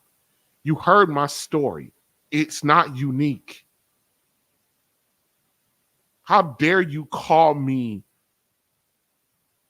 I had someone on the stream, I put in a comment, and then they made a statement. They made a comment saying, hey, why don't, if you feel so much solidarity with the bus driver, why don't you just quit your job and go make a bus driver salary? Let me explain something to you. I work 2 full-time jobs. Either one of those jobs go away, I'm an average earning brother. I identify with a bus driver because I am a bus driver, not literally, but but financially, and none of my job titles are sexy. Yes, I work hard and I do well. I think I do okay in the financial market, but that is I've not always been there. Any man, black, white, or indifferent, who starts clicking at the 120, 150, $200,000 mark, he didn't start there.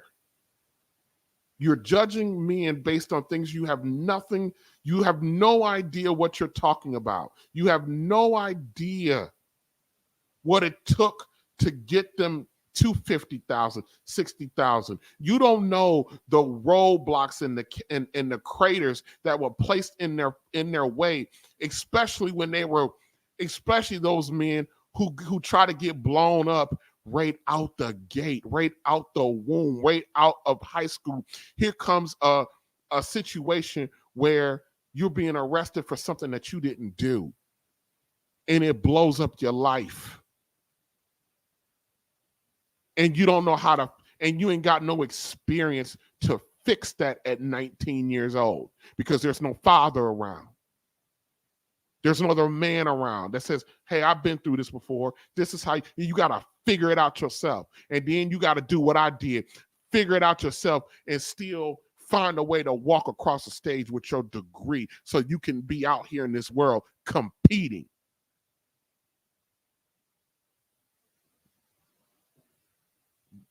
Ebony K. Williams, I want black men. I want more for them. Heifer, we want more for you. We want you to shut the fuck up.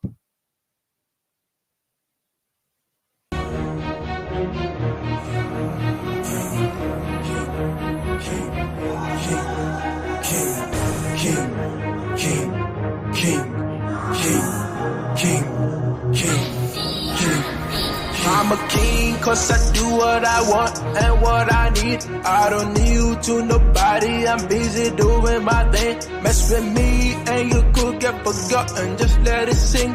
I don't play, I just win every day, I get it in. I'm a king cause I do what I want and what I need. I don't need you to nobody, I'm busy doing my thing. Mess with me and you could get forgotten, just let it sing. I don't play, I just win every day, I get it in. I'm a king and I will never knew. Plotting for my fall, you getting hands for treason. I don't aim to please, do anything I feel.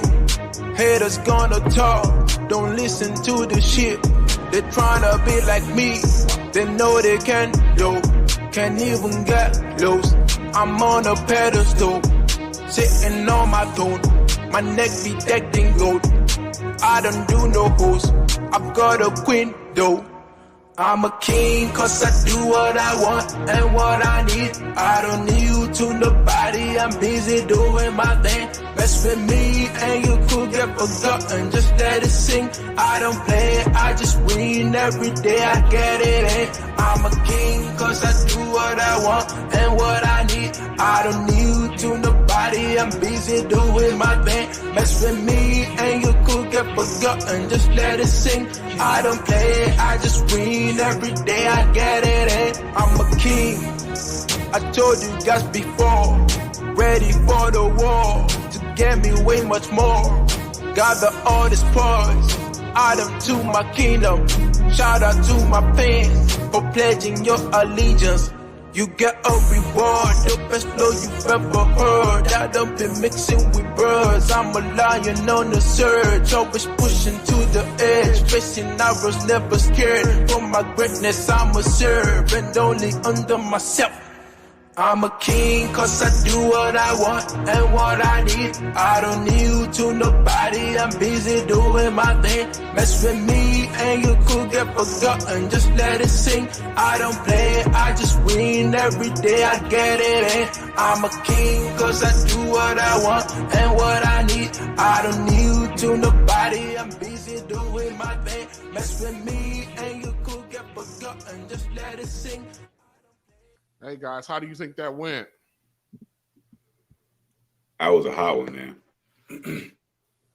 For real. Oh, you muted. You muted, Miss Betty. There we go. Put a hot shot over everybody's bow, dog. Hey. But listen, this is why we having the conversation, right? We're not, bashing anyone. We're saying, look, this is the information that we're getting, right? This is the stimulus that we're going off of. Y'all said this. This wasn't some, random other said, oh, we've heard that Black women feel this way.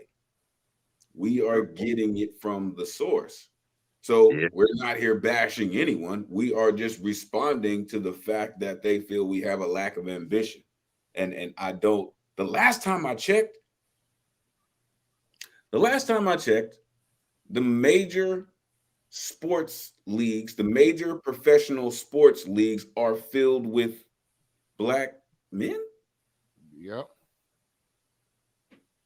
Where does getting to the top of your sport equal lack of ambition? Where does getting to the top of anything equal lack of ambition? Right. I mean, you could be a Black man at the top cop in your city. Does that mean you lack ambition? No. Because you're not governor? Because you're not the mayor? Right? Is that what that is? And that's why, when you were talking about the household numbers, and I appreciate those numbers, right? 68,000 for a 2-family household, 45 for the Black man, 36 for the Black woman.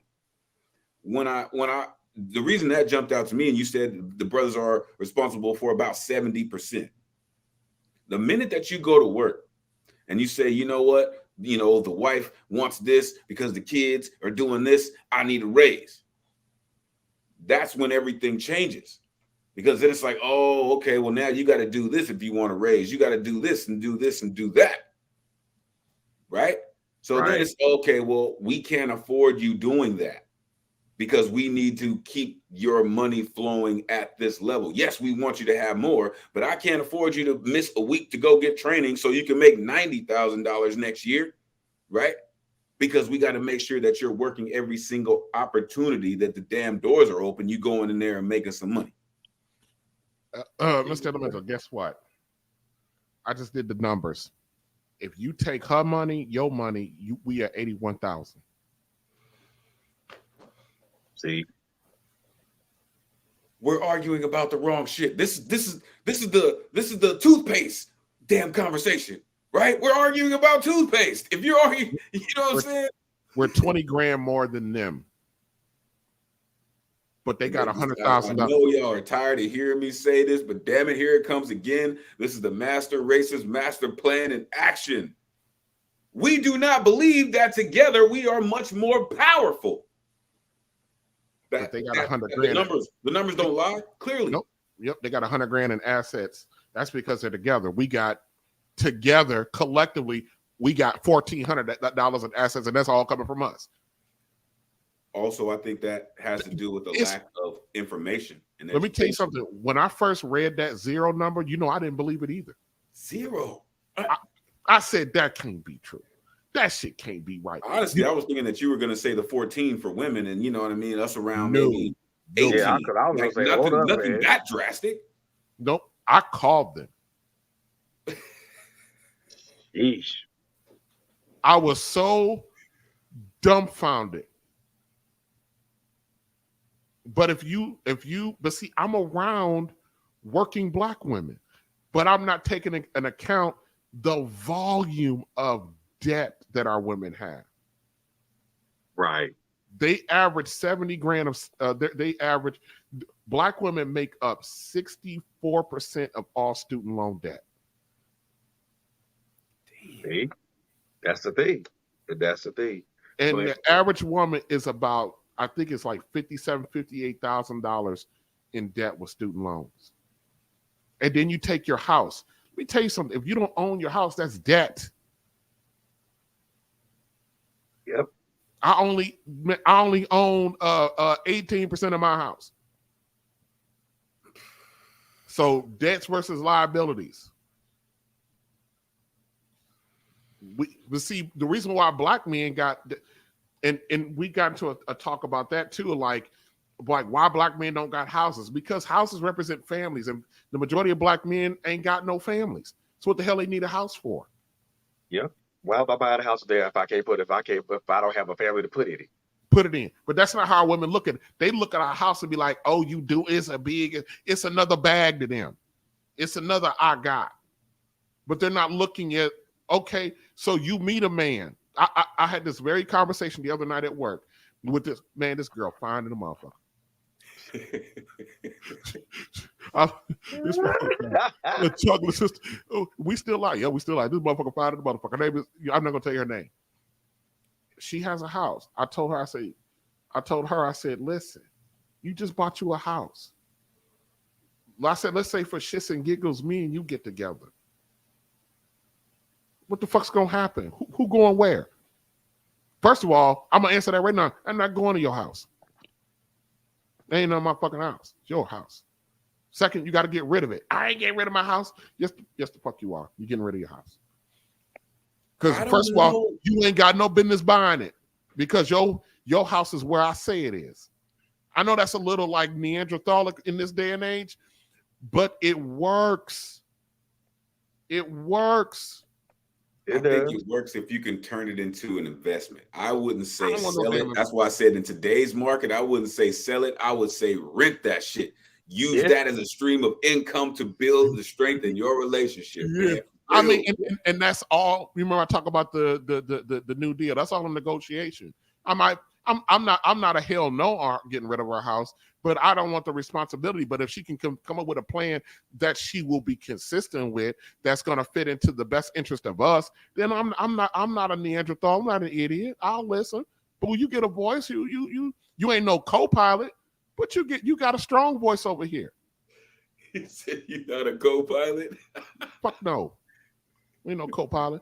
Oh, hold on. I gotta give the experience they do. I gotta give them they do. Hold on a second. I gotta give them they do. Here comes the money. Here we go. Money talk. Here comes the money.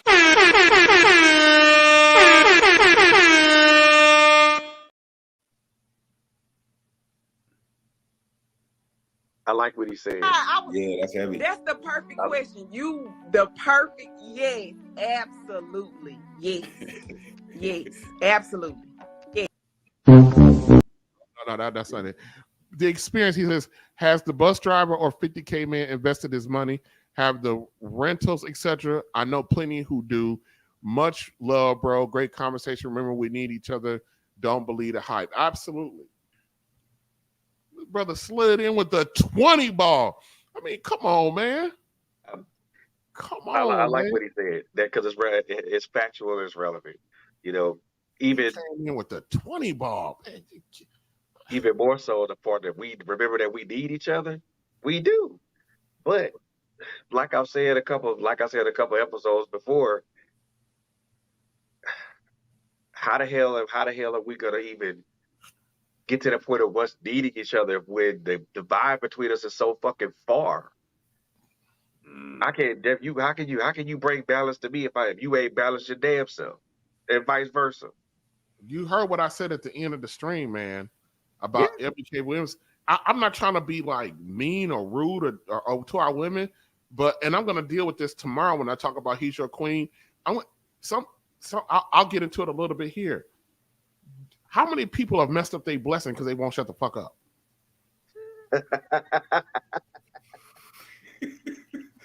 Man, what? Shut up. Sometimes you just need to just shut up. Be quiet. And our women sometimes, and I know they don't want to hear, but you're going to tell me. You just need to, y'all need to just shut up sometime. You'll be amazed how much and how far you can get if you just shut up. I mean, you know that old adage, right? That's why you have two of these and one of these, right? Right. You need to listen twice as much as you run your, quit bumping your gums so much and just pay attention. And that goes, listen, that's not just for women. That's for people who are in situations that need to learn something, right? Instead of thinking that you got all the answers, how about you listen, right? How about you find out why those numbers are so stark? What the brother is talking about, are they investing their money, right? We do need each other to learn about financial literacy. So we know the difference between assets and liabilities. so we can actually start raising those damn numbers. But do we believe in financial literacy? Nope. Our They're women, all self-centered. our women seem to be comfortable with a life without us. I can't imagine a life without them. So I don't understand how they don't view it like we do. We all know that we all know that some of them are not all of them. To those some of them, and I'm talking directly to y'all, some of them, move the fuck around. That was beautiful. I like that. Yep. Directly to y'all, some of them. move the fuck around, because if you tell the some of y'all that say that y'all don't need us, cool. Move around, be by yourself, do whatever the fuck you want. Just don't bother the good dudes that want to be that want a woman. All right. Peace. See you. Don't want. Wish I all want to be. Listen, I don't think that.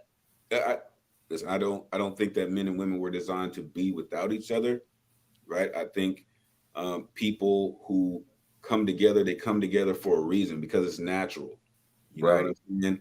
When you start going against the natural order of things, that's why we have to have these conversations, right? Because somebody has made you to believe that the person that was designed for you is not meant for you, right? It doesn't matter, right? Because listen, I'm sure both of us, all of us could be sitting here, everyone who's watching could have a conversation about plenty of people, whether past, present, or future, who made $20,000, $30,000 a year and had great, long-lasting, successful relationships. Facts. You gotta find the ones that's not on the internet, bro. Man. Yeah. I mean, you know, unless you want bag chasers, you know what I mean? Which is great. You know what I mean? If you're chasing the bag, you need somebody on your team like that. But if you're trying to build something more, you know, then you got to do all these things that we're talking about, right? Educate each other about financial literacy, right? Find out why these numbers don't add up to more and more Black families going above the middle class line, or at least being comfortable above the poverty line. If these numbers hold true, then the problem is not our financial wealth possibilities, right? It's about how we are using our money, how we are using our power as buyers, as consumers, right? If we're making this money, where is it going, right? Because we know how heavy Christmas gets, right? And Thanksgiving and all that, and the billions of dollars coming from our communities in those holidays, right? If these numbers track, why are we still struggling as a community? There you go. Because we're not together. We shouldn't be. Look, we in the same damn boat. You rowing forward, she rowing backwards. And we wondering why we going in a damn circle. Like, come on. The divide between the gap between us is hella large, man. And we as men, Black men and Black women, I put like this, and I'm just gonna say this and just be straight up with it. If we can't realize that this damn gap is big as hell, and if we don't try to do what we can to fix that rift, then we gonna continually to be out of sync, out of place, and disconnected and discombobulated and apart. We're gonna go extinct if we don't do something. Ooh, yeah, that is true. That's facts, bro. That's facts. Ooh. Bringing in the Busta Rhymes, are we facing an extinction level event? Right? Right? Possibly. Like, Possibly.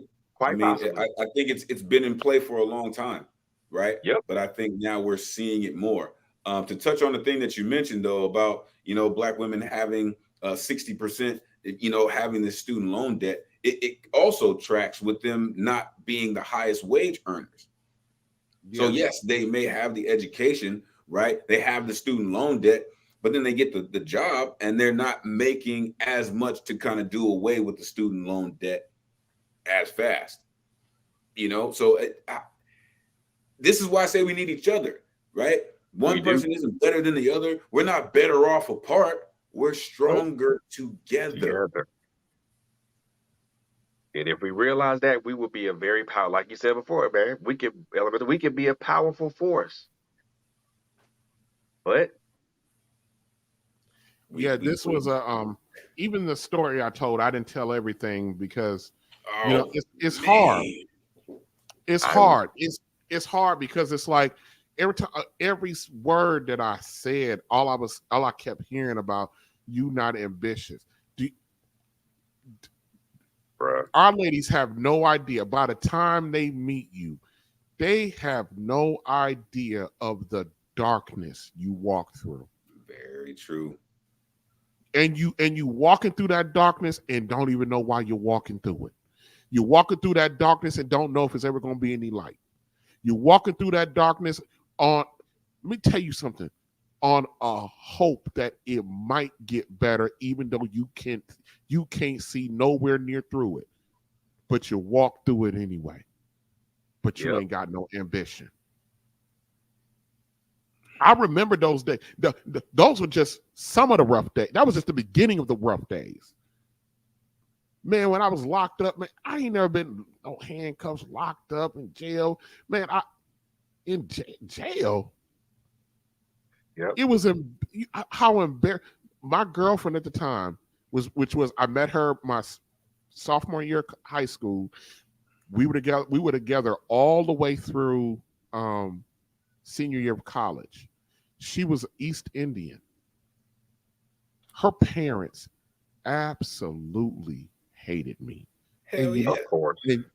And you know why? Yeah. And you know why? They absolutely hated me. One, I was poor. I came from a very effed up family situation, but I was different. I was in the same classes with their daughter. I was in the same college prep classes, AP classes, got the same scholarship she got. And then I'm walking a different path. You know what I mean? I want this gal, my high school sweetheart. I'm going to have a fairy tale. You know what I mean? So I'm thinking, and then I get arrested. Like in a blink of an eye, in their mind, I became everything that they feared for their daughter. And it had nothing to do with me. So I had to overcome that. I really wasn't so much caring about them as I was her, because this was something she was not accustomed to. And then the behaviors that led me to being arrested. The fact of the matter is that I had a relative do this to me.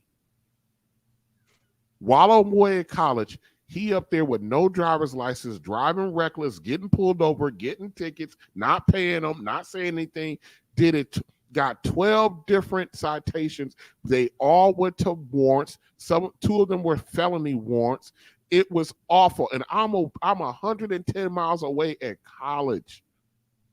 And I get pulled over. And my God. And we're not going to talk about the fact that my license were suspended and the fact that it took me 1.5 years to get them back, that I had to actually open each and every ticket as a new case. And then I had to travel back and forth to from my college town to my home city. And then I had to bring proof to where I was at on each of those days of those tickets, which I couldn't remember. Most of them, thank God, I was at work.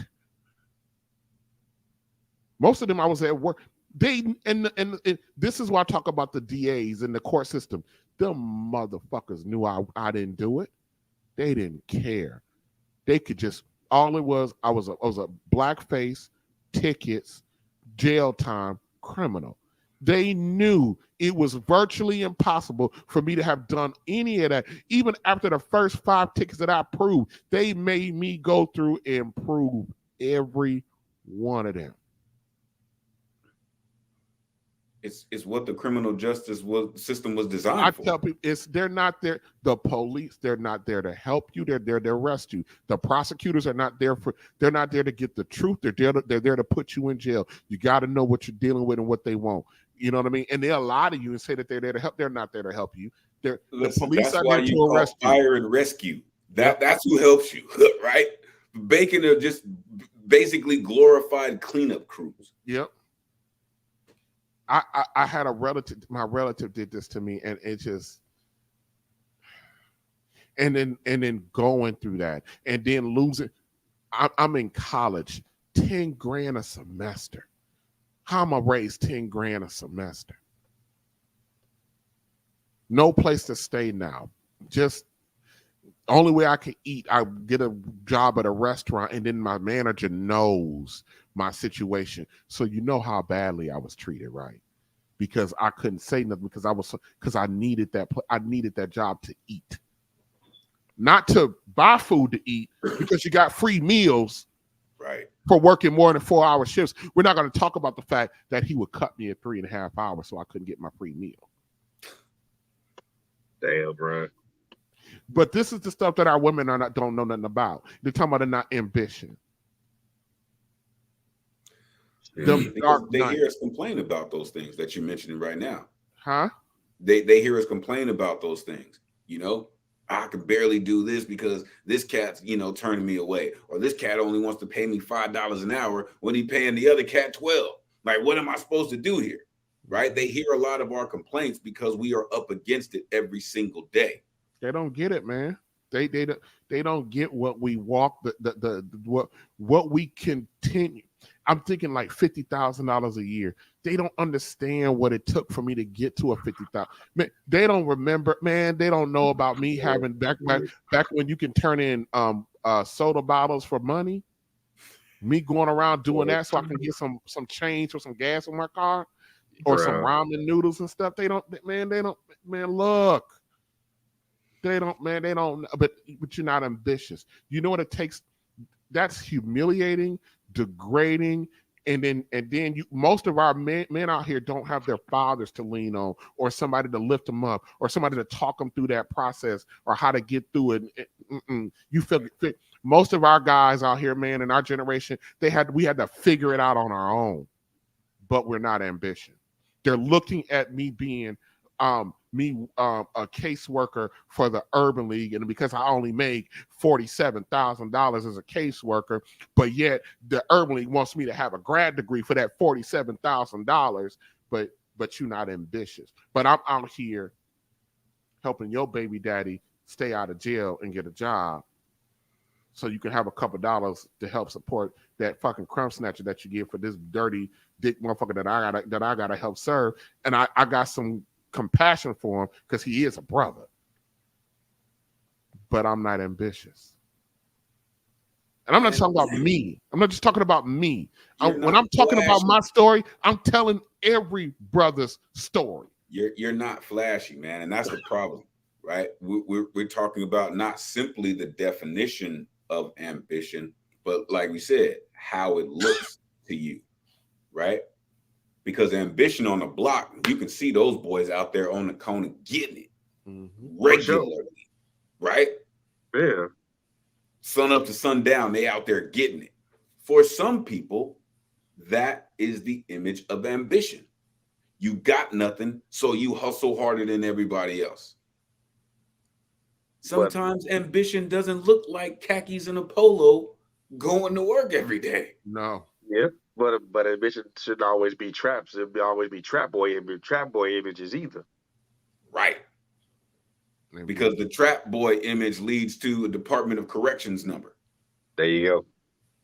Right. And ain't nobody, we ain't talking about ambition coming from the, crime university, right? Nope. Shoot. Cautionary tales, man. Shit. I'll tell you here. Look at the last season of Snowfall. That'll tell you right there. Look at the last season of Snowfall. How Franklin came from that and fell hard. Yeah. All right, fellas, it's not, you out in California, so Elemental, it's still 6 o'clock in the evening out there almost. The sun's still up where you at. Man, it's bedtime over here. Yeah, Frederick, where you at again? I forgot. I'm in Georgia. Are you in Atlanta? Like 10 minutes from it. 10 minutes from it. I should say the Atlanta metro area, because the city of Atlanta is actually pretty small, but then you're surrounded. But yeah, Atlanta's kind of built like St. Louis. St. Louis got like the metropolitan area is small. The St. Louis city is small, but then there's the St. Louis metropolitan area. We got different areas that surround it. So like the outline stuff. I got a cousin that lives out in Covington. Oh damn! Out there in the country. Yeah. I actually come down there twice a year. So my summer pilgrimage is upon us. So when I'm on my way there, Frederick, we definitely gotta connect when we're on the way there. Let me know when you get down to Covington. Like that, that's not too far from where. That's not really far from where I am. That's just past what is that? That's past College. Yeah. Oh, I know where you at. You in Newton County. Where you gonna be as in Newton County.